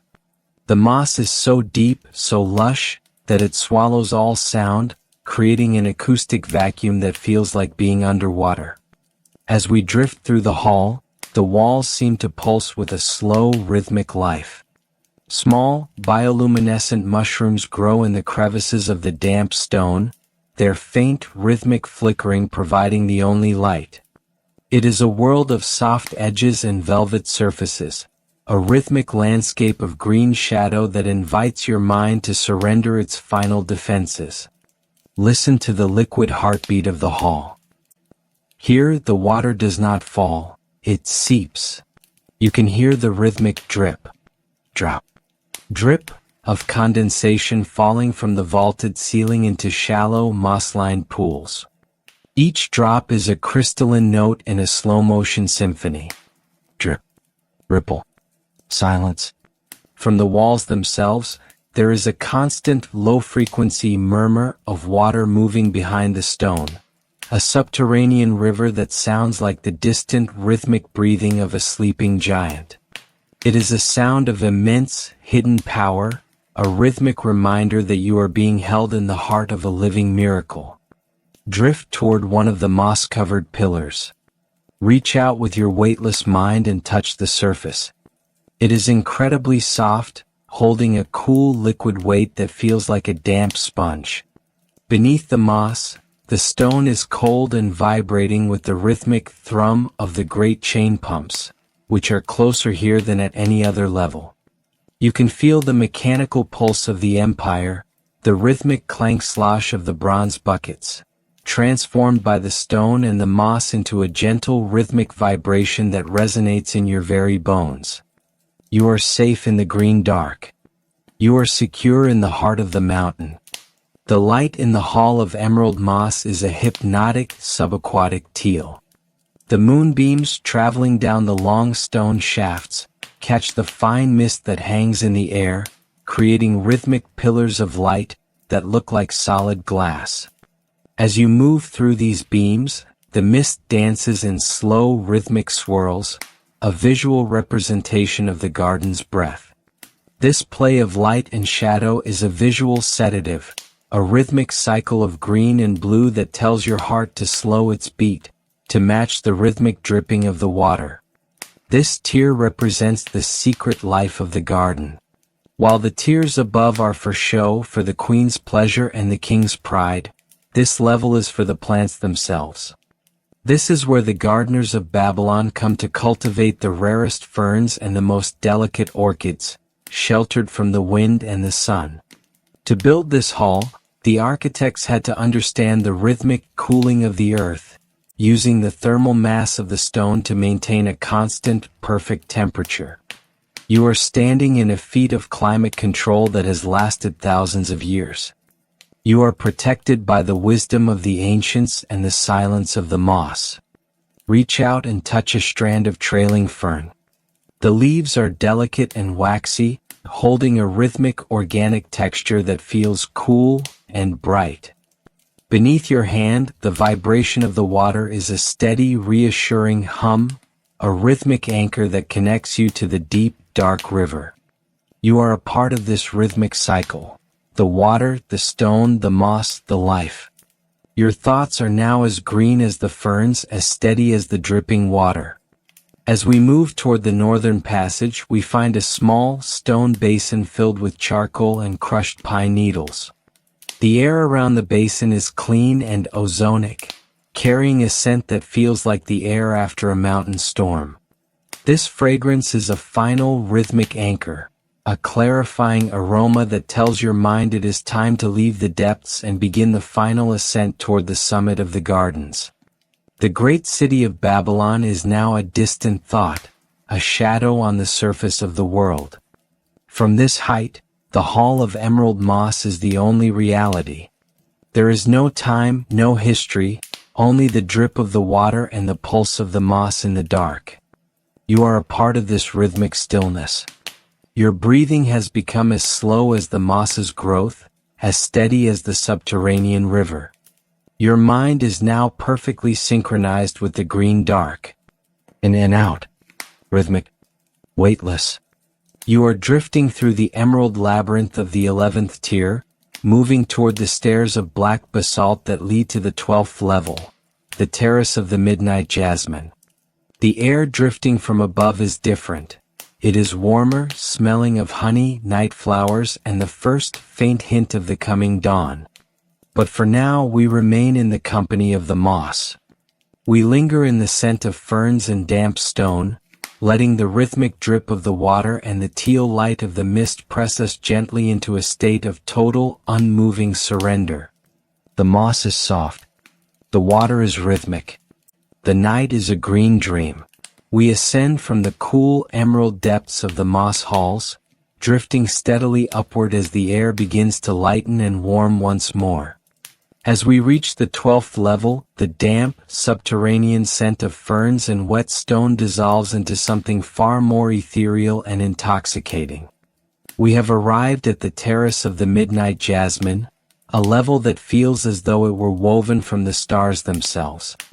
At 3:40 a.m., this terrace is the aromatic crown of the garden, a place where the darkness is not heavy, but silvered by the bloom of 1,000 white flowers. Breathe in this celestial air. It is a fragrance that is both delicate and profoundly powerful. The primary note is the narcotic, honeyed sweetness of the midnight jasmine, flowers that remain closed during the golden glare of the day, only to unfurl their petals in the cool embrace of the moon. Overlaid on this is the scent of warm honey, which the royal gardeners leave in small, shallow dishes to attract the night moths, creating a sugary, golden undertone to the floral air. You can also detect the dry, clean aroma of sun-warmed limestone and a hint of wild mint that grows along the edges of the irrigation channels. This scent profile is a midnight hearth of the spirit, a fragrance that invites you to expand your heart and surrender your final anxieties to the beauty of the night. The architecture of the 12th tier is light and open, designed to catch every stray current of the midnight wind. Instead of massive arches, the terrace is covered by a network of delicate marble trellises, their surfaces carved to resemble intertwining vines. The jasmine plants have climbed these structures completely, draping the terrace in a living curtain of dark green leaves and tiny star-shaped white blooms. In the moonlight, the flowers look like fallen stars caught in a web of emerald. As we drift through this floral labyrinth, the shadows of the trellises create a rhythmic lace-like pattern on the white marble floor, a visual heartbeat of light and dark. Listen to the rhythmic sigh of the jasmine. The midnight breeze moves through the dense vines, creating a soft, dry rustle that sounds like the collective whispering of 1,000 voices. Rustle. It is a gentle, rhythmic sound that mimics the white noise of a distant sea. From the center of the terrace, there is the rhythmic tink-tink-tink of water spilling from a small, elevated marble fountain. The water is clear as diamond, and its sound is light and celebratory, a rhythmic reminder that even in the deepest night, life is flowing and vibrant. Drift toward the marble fountain. Reach out with your weightless mind and touch the stone. It is smooth and holds a gentle rhythmic vibration from the water's movement. The water is cool but not cold, having been warmed by the higher elevation and the proximity to the sky. Beneath your hand, you can sense the rhythmic strength of the terrace, the lead-lined stone and the layers of bitumen that keep this floating garden suspended between the earth and the heavens. You are safe in the floral dark. You are secure in the scent of the jasmine. The light on the 12th level is a soft, pearlescent silver. The moon is beginning its slow descent toward the western horizon, and its rays hit the white jasmine blooms at a sharp angle, making each flower glow with an internal rhythmic light. This is a world of extreme delicacy. As you move, the tiny white petals occasionally detach from the vines, drifting down through the air in a slow rhythmic spiral like flakes of warm snow. This play of light and movement is a visual sedative, a rhythmic cycle of falling white and rising shadow that tells your mind to let go of its anchors, to float on the scent of the flowers. This tier represents the queen's joy. It is said that Amytis would spend her nights here when the memories of her mountain home grew too heavy. To build this terrace, the king's engineers had to create a specialized soil mix of mountain peat and river silt, kept at a precise moisture level by a series of tiny hidden ceramic siphons. As you stand here, you can feel that rhythmic engineering, a state of perfect, artificial balance that has created a paradise in the middle of a desert. You are protected by the love of a king and the precision of the stars. Reach out and touch a cluster of jasmine blooms. The petals are soft and waxy, holding a rhythmic organic texture that feels cool and sweet. Beneath your hand, the vibration of the great pumps from the lower levels is now only a ghostly rhythmic thrum, so distant it feels like the heartbeat of the earth itself.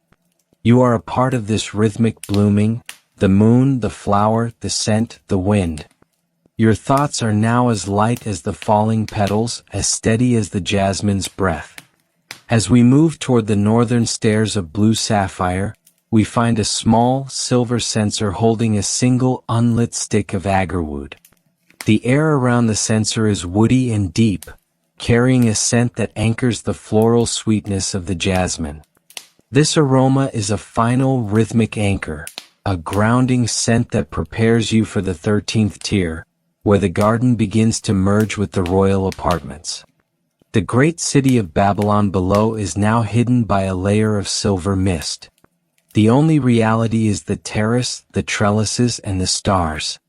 There is no noise, no history, only the rustle of the leaves and the scent of the honey in the dark. You are a part of this rhythmic beauty. Your breathing has become as slow as the falling petals, as steady as the moon's descent. Your mind is now perfectly synchronized with the floral dark. In and out. Rhythmic. Weightless. You are drifting through the jasmine labyrinth of the 12th tier, moving toward the stairs that lead to the 13th level, the gallery of the lapis lazuli lamps. The air drifting from above is different. It is warmer, smelling of beeswax, old ink, and the first faint hint of the morning's light. But for now we remain in the company of the jasmine.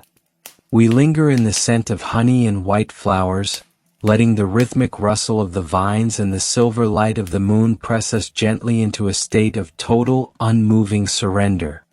The flowers are white. The night is sweet. The world is at peace. We leave the honeyed sweetness of the jasmine behind, ascending a short flight of stairs carved from dark iridescent sapphire stone. As we reach the 13th level, the air becomes drier, warmer, and carries the dignified weight of a library or a king's private study. We have entered the gallery of the lapis lazuli lamps. This level is a narrow, elegant corridor that runs like a blue ribbon along the eastern face of the gardens, designed as a transition between the wildness of the terraces and the intellectual sanctuary of the royal quarters. At 3:50 a.m., it is a hall of deep blue shadow and flickering gold. Breathe in this refined and scholarly atmosphere. The primary note is the comforting domestic scent of warm beeswax, the residue of 100 small lamps that were extinguished only an hour ago. Overlaid on this is the dry, intellectual aroma of old vellum and papyrus scrolls, kept in cedar cubicles along the inner wall. You can also detect the sharp, mineral tang of the ground lapis lazuli used in the wall pigments, a scent like crushed stone and ancient dust. This scent profile is the midnight hearth of wisdom, a fragrance that invites you to settle your mind and focus on the steady rhythmic endurance of human knowledge. The architecture of the 13th tier is a marvel of color and light. The outer wall is not solid, but a rhythmic series of arched windows, each one framed in deep blue lapis lazuli that has been polished until it reflects the moon like a dark sea. The inner wall is lined with cedarwood shelves, holding the king's private collection of astronomical observations and ancient poems. In the center of the gallery, tall bronze lamps shaped like stylized lions stand at rhythmic intervals. Most are dark, but a few still hold a tiny rhythmic afterglow in their wicks, a pinpoint of amber light that dances in the midnight draft. Listen to the rhythmic breath of the gallery. Because of the arched windows, the high-altitude wind from the plains enters the hall in a controlled, rhythmic pulse. Silence. As the wind passes the lapis-framed windows, it creates a low musical hum, a sound like a finger being run along the rim of a crystal glass. It is a haunting, beautiful frequency that resonates with the deep thrum of the garden's foundations. Hanging between the arches are banners of thin royal blue silk. They move with a rhythmic, liquid grace, their tassels brushing against the stone with a soft, dry shush. Shush. Sway. Shush. Drift toward one of the lapis columns. Reach out with your weightless mind and touch the surface. It is remarkably smooth, holding a deep, internal chill that speaks of the mountains from which it was quarried. The color is a vibrant, cosmic blue, flecked with rhythmic veins of golden pyrite, fool's gold, that look like constellations frozen in stone. Beneath your hand, the vibration of the great siphons is now a rhythmic purr, a sound of mechanical perfection. You are safe in the blue gallery. You are secure in the company of the scrolls. The light in the gallery is a study in midnight blue. The moon, hanging low in the sky, sends long horizontal shafts of silver through the arches. These shafts hit the lapis walls and the bronze lamps, shattering into a rhythmic pattern of blue and gold light. As you move, your own shadow stretches and shrinks in a rhythmic dance across the cedar shelves. This is a world of focus and clarity. The visual rhythm of the arches and the shelves creates a mental ladder, allowing your thoughts to climb away from the chaos of the world and find a rhythmic resting place in the quietude of history. This tier represents the mind of the kingdom. It is here that the king's astronomers would bring their tablets to compare the garden's height with the position of the planets. To build this gallery, the architects had to ensure that the floor was perfectly level, using pools of mercury to calibrate the stone.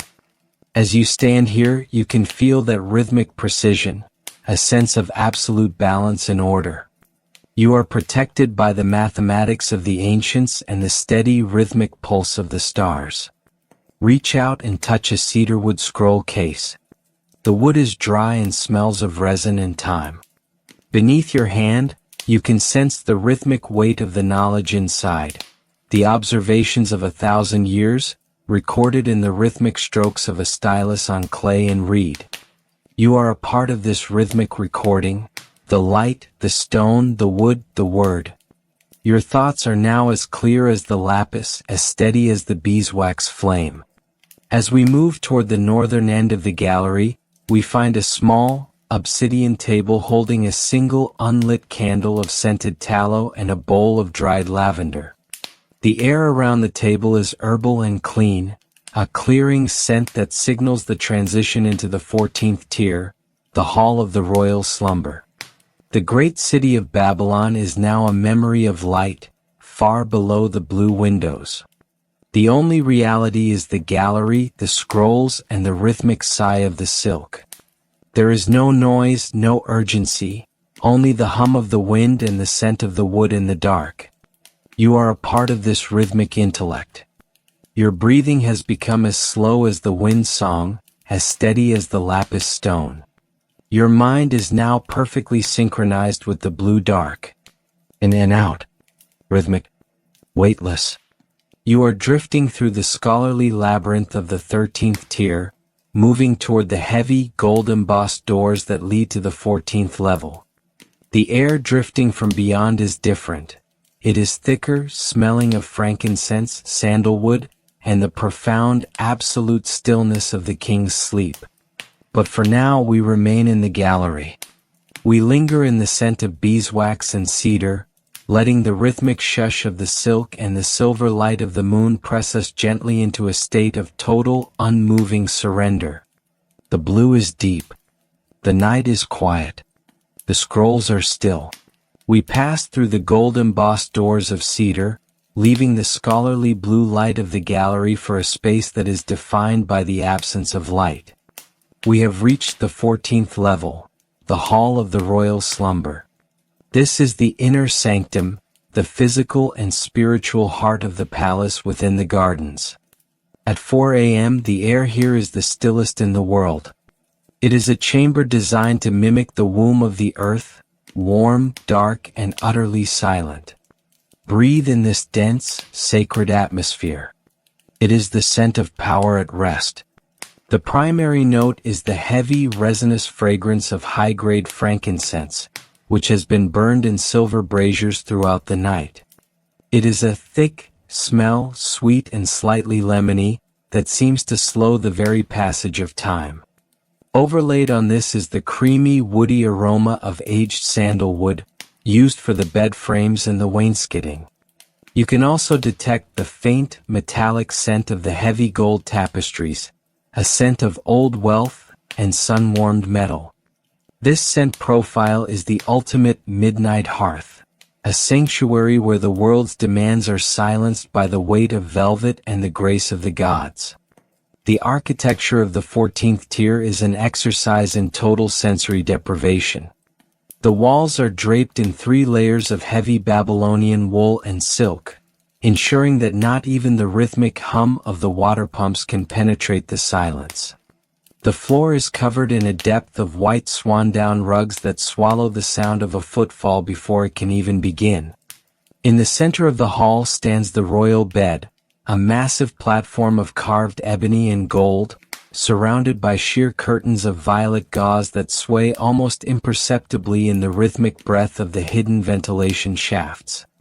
Listen to the silence of the slumber. It is a living silence, composed of the most delicate rhythmic vibrations.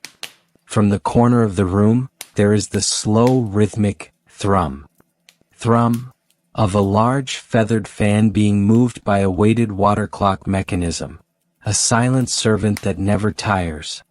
Thrum. Plus. Thrum.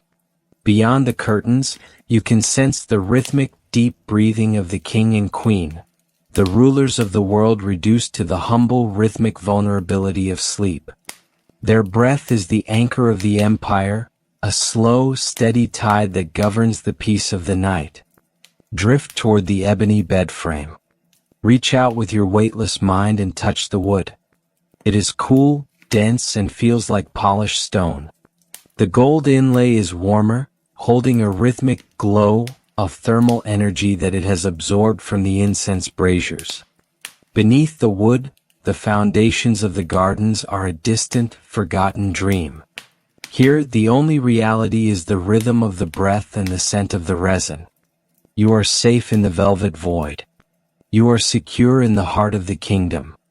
The light in the hall of slumber is a deep, bruised purple. A single, tiny lamp of red glass hangs from the ceiling, its flame reduced to a pinpoint that barely illuminates the violet gauze. This light is rhythmic in its stillness, a steady amber star in a sea of indigo. As you move, the shadows of the tapestries do not dance. They linger, heavy and unmoving, like the weight of a deep, dreamless sleep. This is a visual void, a rhythmic invitation to close your inner eyes and let the darkness take your hand. This tier represents the sacred center. It is here that the king and queen are most human, and therefore most divine. To build this room, the architects used double-thick walls of lead and brick, creating a hush that cannot be found anywhere else on earth. As you stand here, you can feel that rhythmic isolation, a sense of being tucked into a secret pocket of the universe. You are protected by the gods of Babylon and the absolute rhythmic stillness of the royal presence. Reach out and touch a fold of the violet gauze. It is as light as a breath, holding a rhythmic, airy texture that feels like a cloud against your mind. Beneath your hand, the vibration of the world is gone. There is only the rhythmic thrum of the fan and the scent of the sandalwood. You are a part of this rhythmic surrender, the dark, the silk, the resin, the breath. Your thoughts are now as heavy as the velvet, as steady as the king's sleep. As we move toward the western exit, leading toward the 15th tier, we find a small golden bowl filled with cool rose water. The air around the bowl is floral and refreshing, a gentle awakening scent that signals our transition from the deep slumber toward the higher, airier terraces of the summit. The great city of Babylon, the gardens, and the stars are all forgotten in this room. The only reality is the silence and the scent of the frankincense. There is no time, no empire, only the rhythmic pulse of the breath in the dark. You are a part of this royal peace. Your breathing has become as slow as the fan's movement, as steady as the ebony stone. Your mind is now perfectly synchronized with the velvet dark. In and out. Rhythmic. Weightless. You are drifting through the violet labyrinth of the 14th tier, moving toward the stairs of white jade that lead to the 15th level, the terrace of the dancing shadows.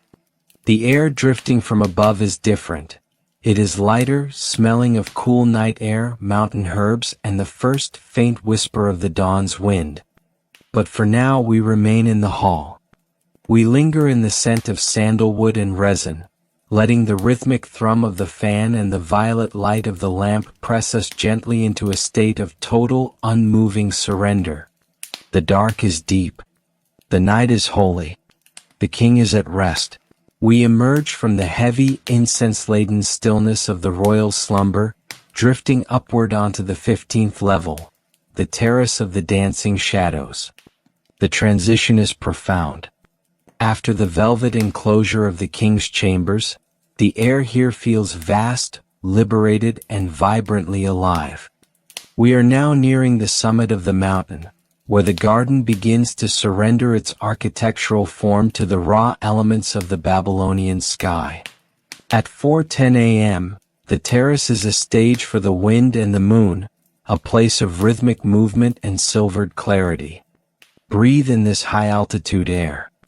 It is sharp, thin, and incredibly refreshing. The primary note is the herbal peppery scent of wild mountain thyme, which grows in the cracks of the stone flags to scent the feet of those who walk here. Overlaid on this is the scent of clean rain, a mineral ozonic aroma created by the fine misting siphons that keep the high-altitude plants from drying out in the desert wind. You can also detect the faint, cool fragrance of white clover and crushed mint.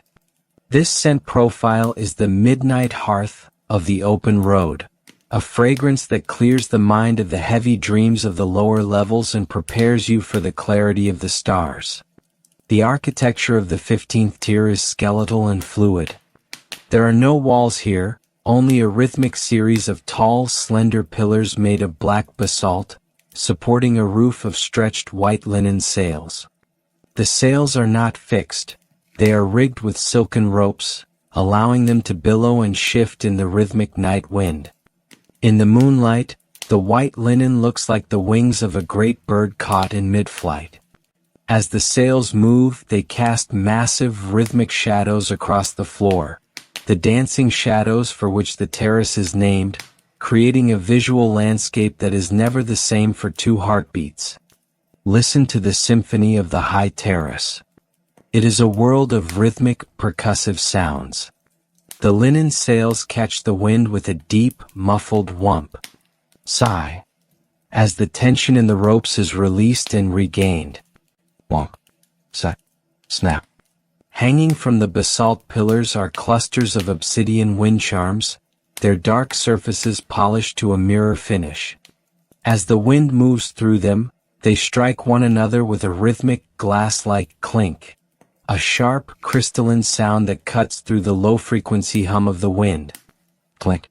Tom. Silence. It is the music of the void, a rhythmic reminder that you are standing at the edge of the world. Drift toward one of the basalt pillars. Reach out with your weightless mind and touch the stone.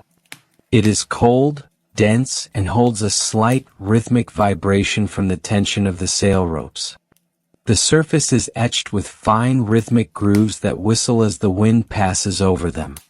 Beneath your hand, the thrum of the water pumps is now nothing more than a memory, a ghostly pulse lost in the vastness of the sky. Here, you are anchored only by the weight of the stone and the rhythm of the wind. You are safe in the open dark. You are secure in the dance of the shadows. The light on the 15th level is a brilliant, flickering silver. The moon is approaching its setting, casting long, horizontal rays that are interrupted by the rhythmic movement of the white sails. This creates a strobe effect of silver and black, a hypnotic visual meter that makes the terrace feel as though it is floating through the ether. As you move, the shadows of the obsidian charms dance across your path in rhythmic, needle-like patterns. This is a visual sedative of movement, a rhythmic cycle of light and dark that tells your mind it is time to let go of the earth and begin the final, celestial ascent. This tier represents the Queen's longing for the heights. It is the highest point where the vegetation is still lush, a bridge between the forest and the sky. To build this level, the architects had to account for the immense wind load, using the sails to actually lift some of the weight off the stone structure through aerodynamic tension. As you stand here, you can feel that rhythmic tension, a state of dynamic balance that feels like standing on the prow of a great ship. You are protected by the engineering of the wind and the rhythmic grace of the linen. Reach out and touch a silken rope. It is taut and vibrating with a rhythmic thrum, a musical note that you feel more than hear. Beneath your hand, the air is thick with the mist of the siphons, a cool rhythmic spray that clings to your spirit. You are a part of this rhythmic movement, the wind, the sail, the stone, the mist. Your thoughts are now as fluid as the billowing linen, as steady as the basalt pillars.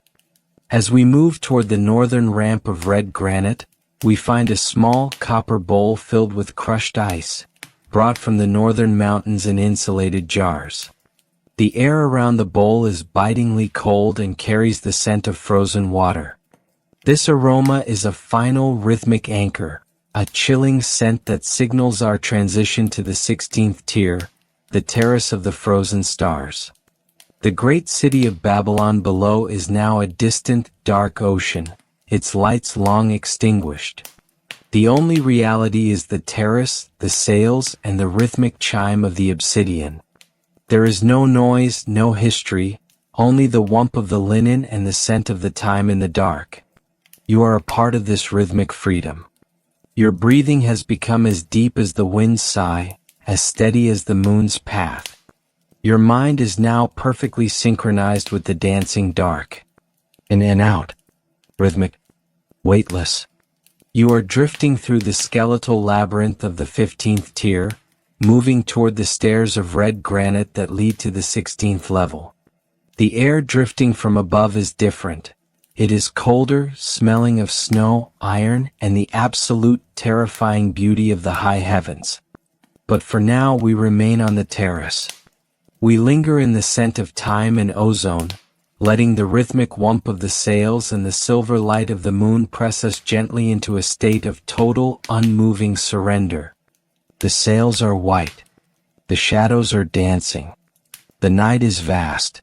We leave the dancing sails and the rhythmic whump of the linen behind, ascending a steep, narrow staircase of rough-hewn red granite. As we reach the 16th level, the terrace of the frozen stars, the world feels as though it has been stripped of its flesh, leaving only the cold, unyielding bone. We are now far above the humid breath of the lower gardens. At 4:20 a.m., the air is bitingly cold, thin, and so clear that the stars above do not twinkle. They burn with a steady, frozen fire. Breathe in this high-altitude stillness. It is the scent of the primordial world. The primary note is the cold, sharp aroma of frozen granite, a mineral, dusty scent that feels like the breath of an ancient cave. Overlaid on this is the metallic, slightly biting scent of iron, from the heavy bars that reinforce the stone against the immense pressure of the height. You can also detect the faint, ghostly scent of snow water, carried up in sealed jars for the priests who watch the heavens from this height. This scent profile is the midnight hearth of the mountain peak, a fragrance that strips away the last of your earthly attachments and leaves you standing in the rhythmic presence of the infinite. The architecture of the 16th tier is brutal and monumental. There are no flowers here, no trees, no soft carpets. The floor is composed of massive slabs of red granite, their surfaces left slightly rough to catch the frost of the night. Standing at rhythmic intervals are tall, square pillars of basalt, topped with heavy iron braziers that are now cold and dark. In the moonlight, the granite takes on a deep, bruised crimson color, while the shadows are as sharp and black as an obsidian blade. It is a world of hard angles and rhythmic gravity. Listen to the silence of the high peaks. It is a whistling silence. The wind, moving at great speed across the face of the mountain, finds the narrow gaps between the granite slabs and creates a high-pitched rhythmic hum, the song of the void.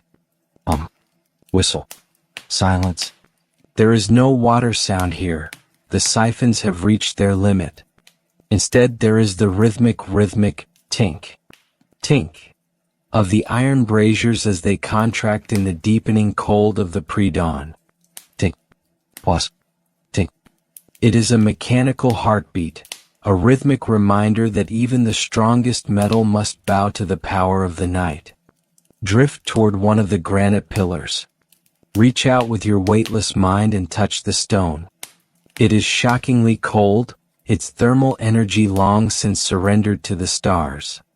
The surface is gritty and ancient, holding a rhythmic, vibrating energy that comes from the wind itself. Beneath your hand, the foundation of the gardens feels like a single, solid piece of the earth's crust. You are no longer on a building. You are on a mountain. You are safe in the granite void. You are secure in the frozen dark. The light on the 16th level is raw and silver. The moon is now very low, casting shadows that seem to stretch for miles across the plains below.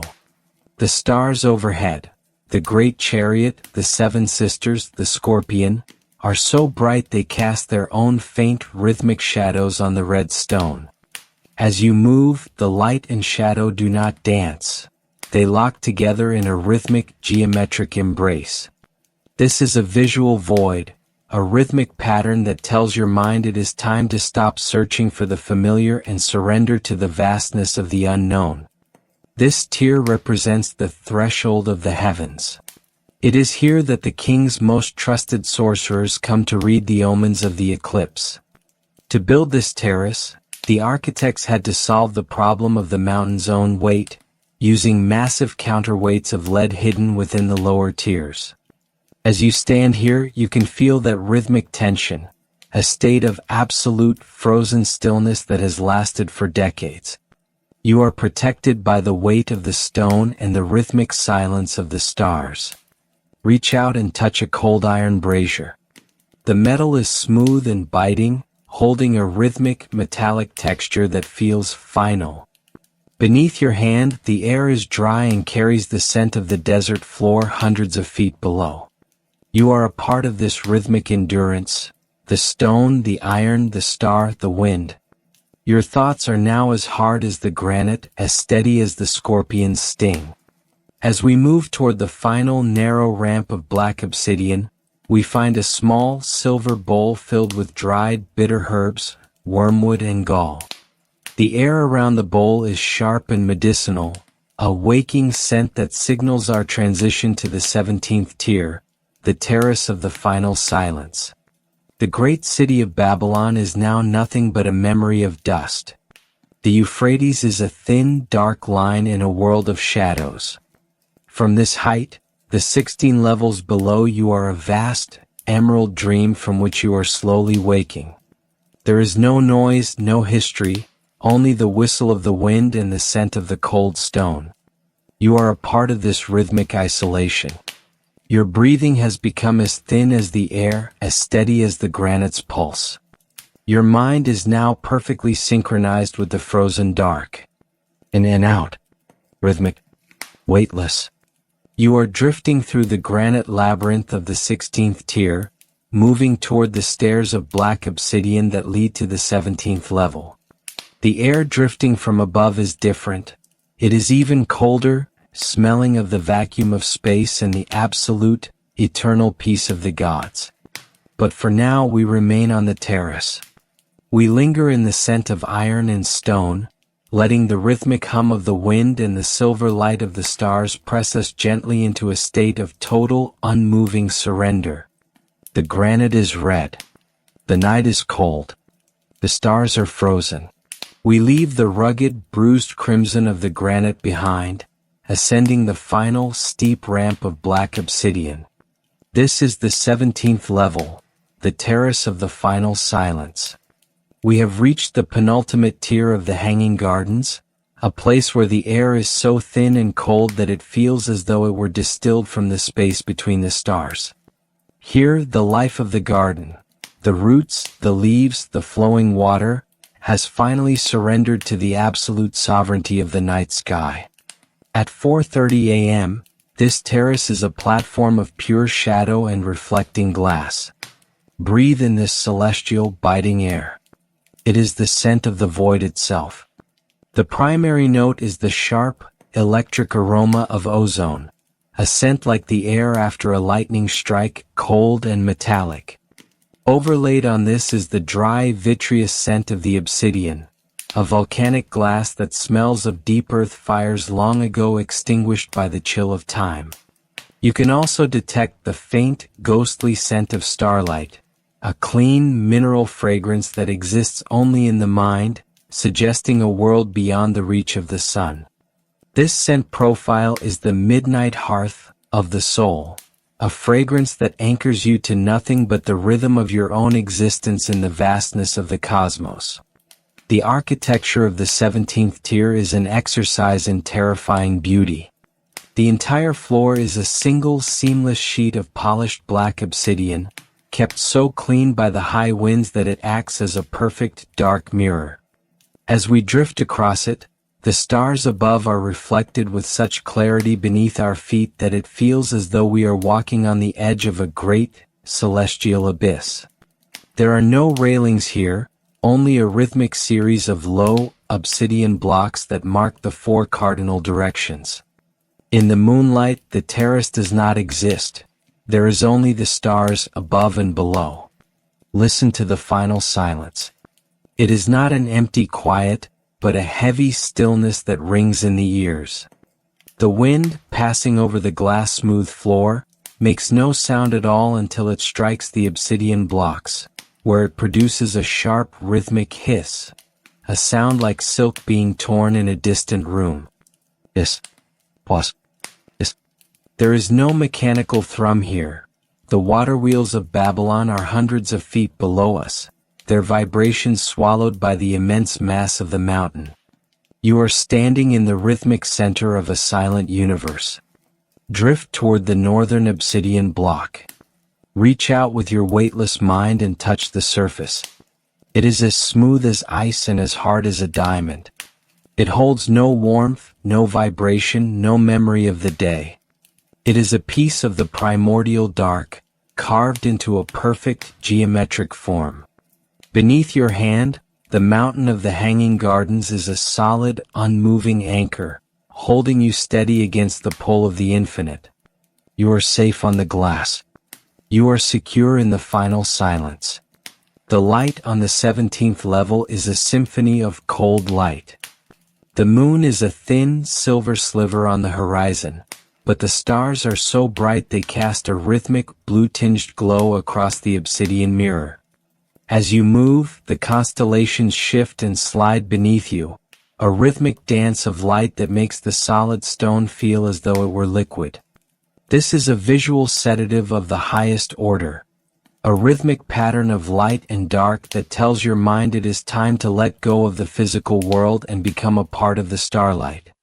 This tier represents the presence of the divine. It is here that the king comes to be alone with his gods, to listen for the rhythmic whispers of Marduk and Ishtar. To build this terrace, the architects had to lift these massive slabs of volcanic glass using a system of pulleys and counterweights that remain a secret to this day. As you stand here, you can feel that rhythmic mastery, a state of absolute frozen perfection. You are protected by the will of the king and the rhythmic silence of the heavens. Reach out and touch the obsidian floor. It is bitingly cold, holding a rhythmic, void-like texture that feels like nothing at all. Beneath your hand, the air is still and carries the scent of the stars. You are a part of this rhythmic stillness, the glass, the star, the dark, the void. Your thoughts are now as clear as the obsidian mirror, as steady as the North Star. As we move toward the final narrow stairs of translucent crystal, we find a small silver dish containing a single dried leaf of mountain laurel. The air around the dish is spicy and ancient, a spiritual scent that signals our final transition to the 18th tier, the summit of the eternal breath. The great city of Babylon is now a myth, a shadow in a world of ghosts. The gardens below are a dark, emerald memory. From this height, the 17th level is the only truth.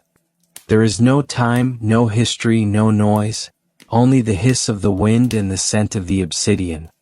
You are a part of this rhythmic isolation. Your breathing has become as slow as the star's movement, as steady as the glass. Your mind is now perfectly synchronized with the silent dark. In and out. Rhythmic. Weightless. You are drifting through the glass labyrinth of the 17th tier, moving toward the crystal stairs that lead to the final summit. The air drifting from above is different. It is warmer, smelling of the first faint hint of the sun's gold and the eternal breath of the gods. But for now we remain on the terrace. We linger in the scent of ozone and glass, letting the rhythmic hiss of the wind and the silver light of the stars press us gently into a state of total, unmoving surrender. The obsidian is black. The night is still. The stars are eternal. We ascend the final, translucent stairs of crystal, leaving the dark, mirroring obsidian of the 17th level behind. We have reached the summit, the 18th tier, the highest point of the Hanging Gardens of Babylon. This is the summit of the eternal breath. Here at 4:45 a.m., we are no longer in a garden or a palace. We are standing in the very eaves of the sky. The world below has fallen away into a sea of indigo mist, leaving us alone in a sanctuary of light and silence. Breathe in the air of the summit. It is unlike any air you have ever tasted. It is ancient air, thin and incredibly cold, yet it carries a lingering rhythmic warmth, the midnight hearth of the cosmos itself. The primary note is the ethereal scent of white frankincense, so pure it smells of lemon and ice. Overlaid on this is the scent of sun-bleached cedar, a dry, woody aroma that has been baked into the very summit stones. This is a scent profile of arrival, a fragrance that signals the end of the climb and the beginning of absolute rest. The architecture of the summit is minimal and divine. A circular platform of white marble, no larger than a royal bed, is surrounded by a low parapet of silver inlaid stone.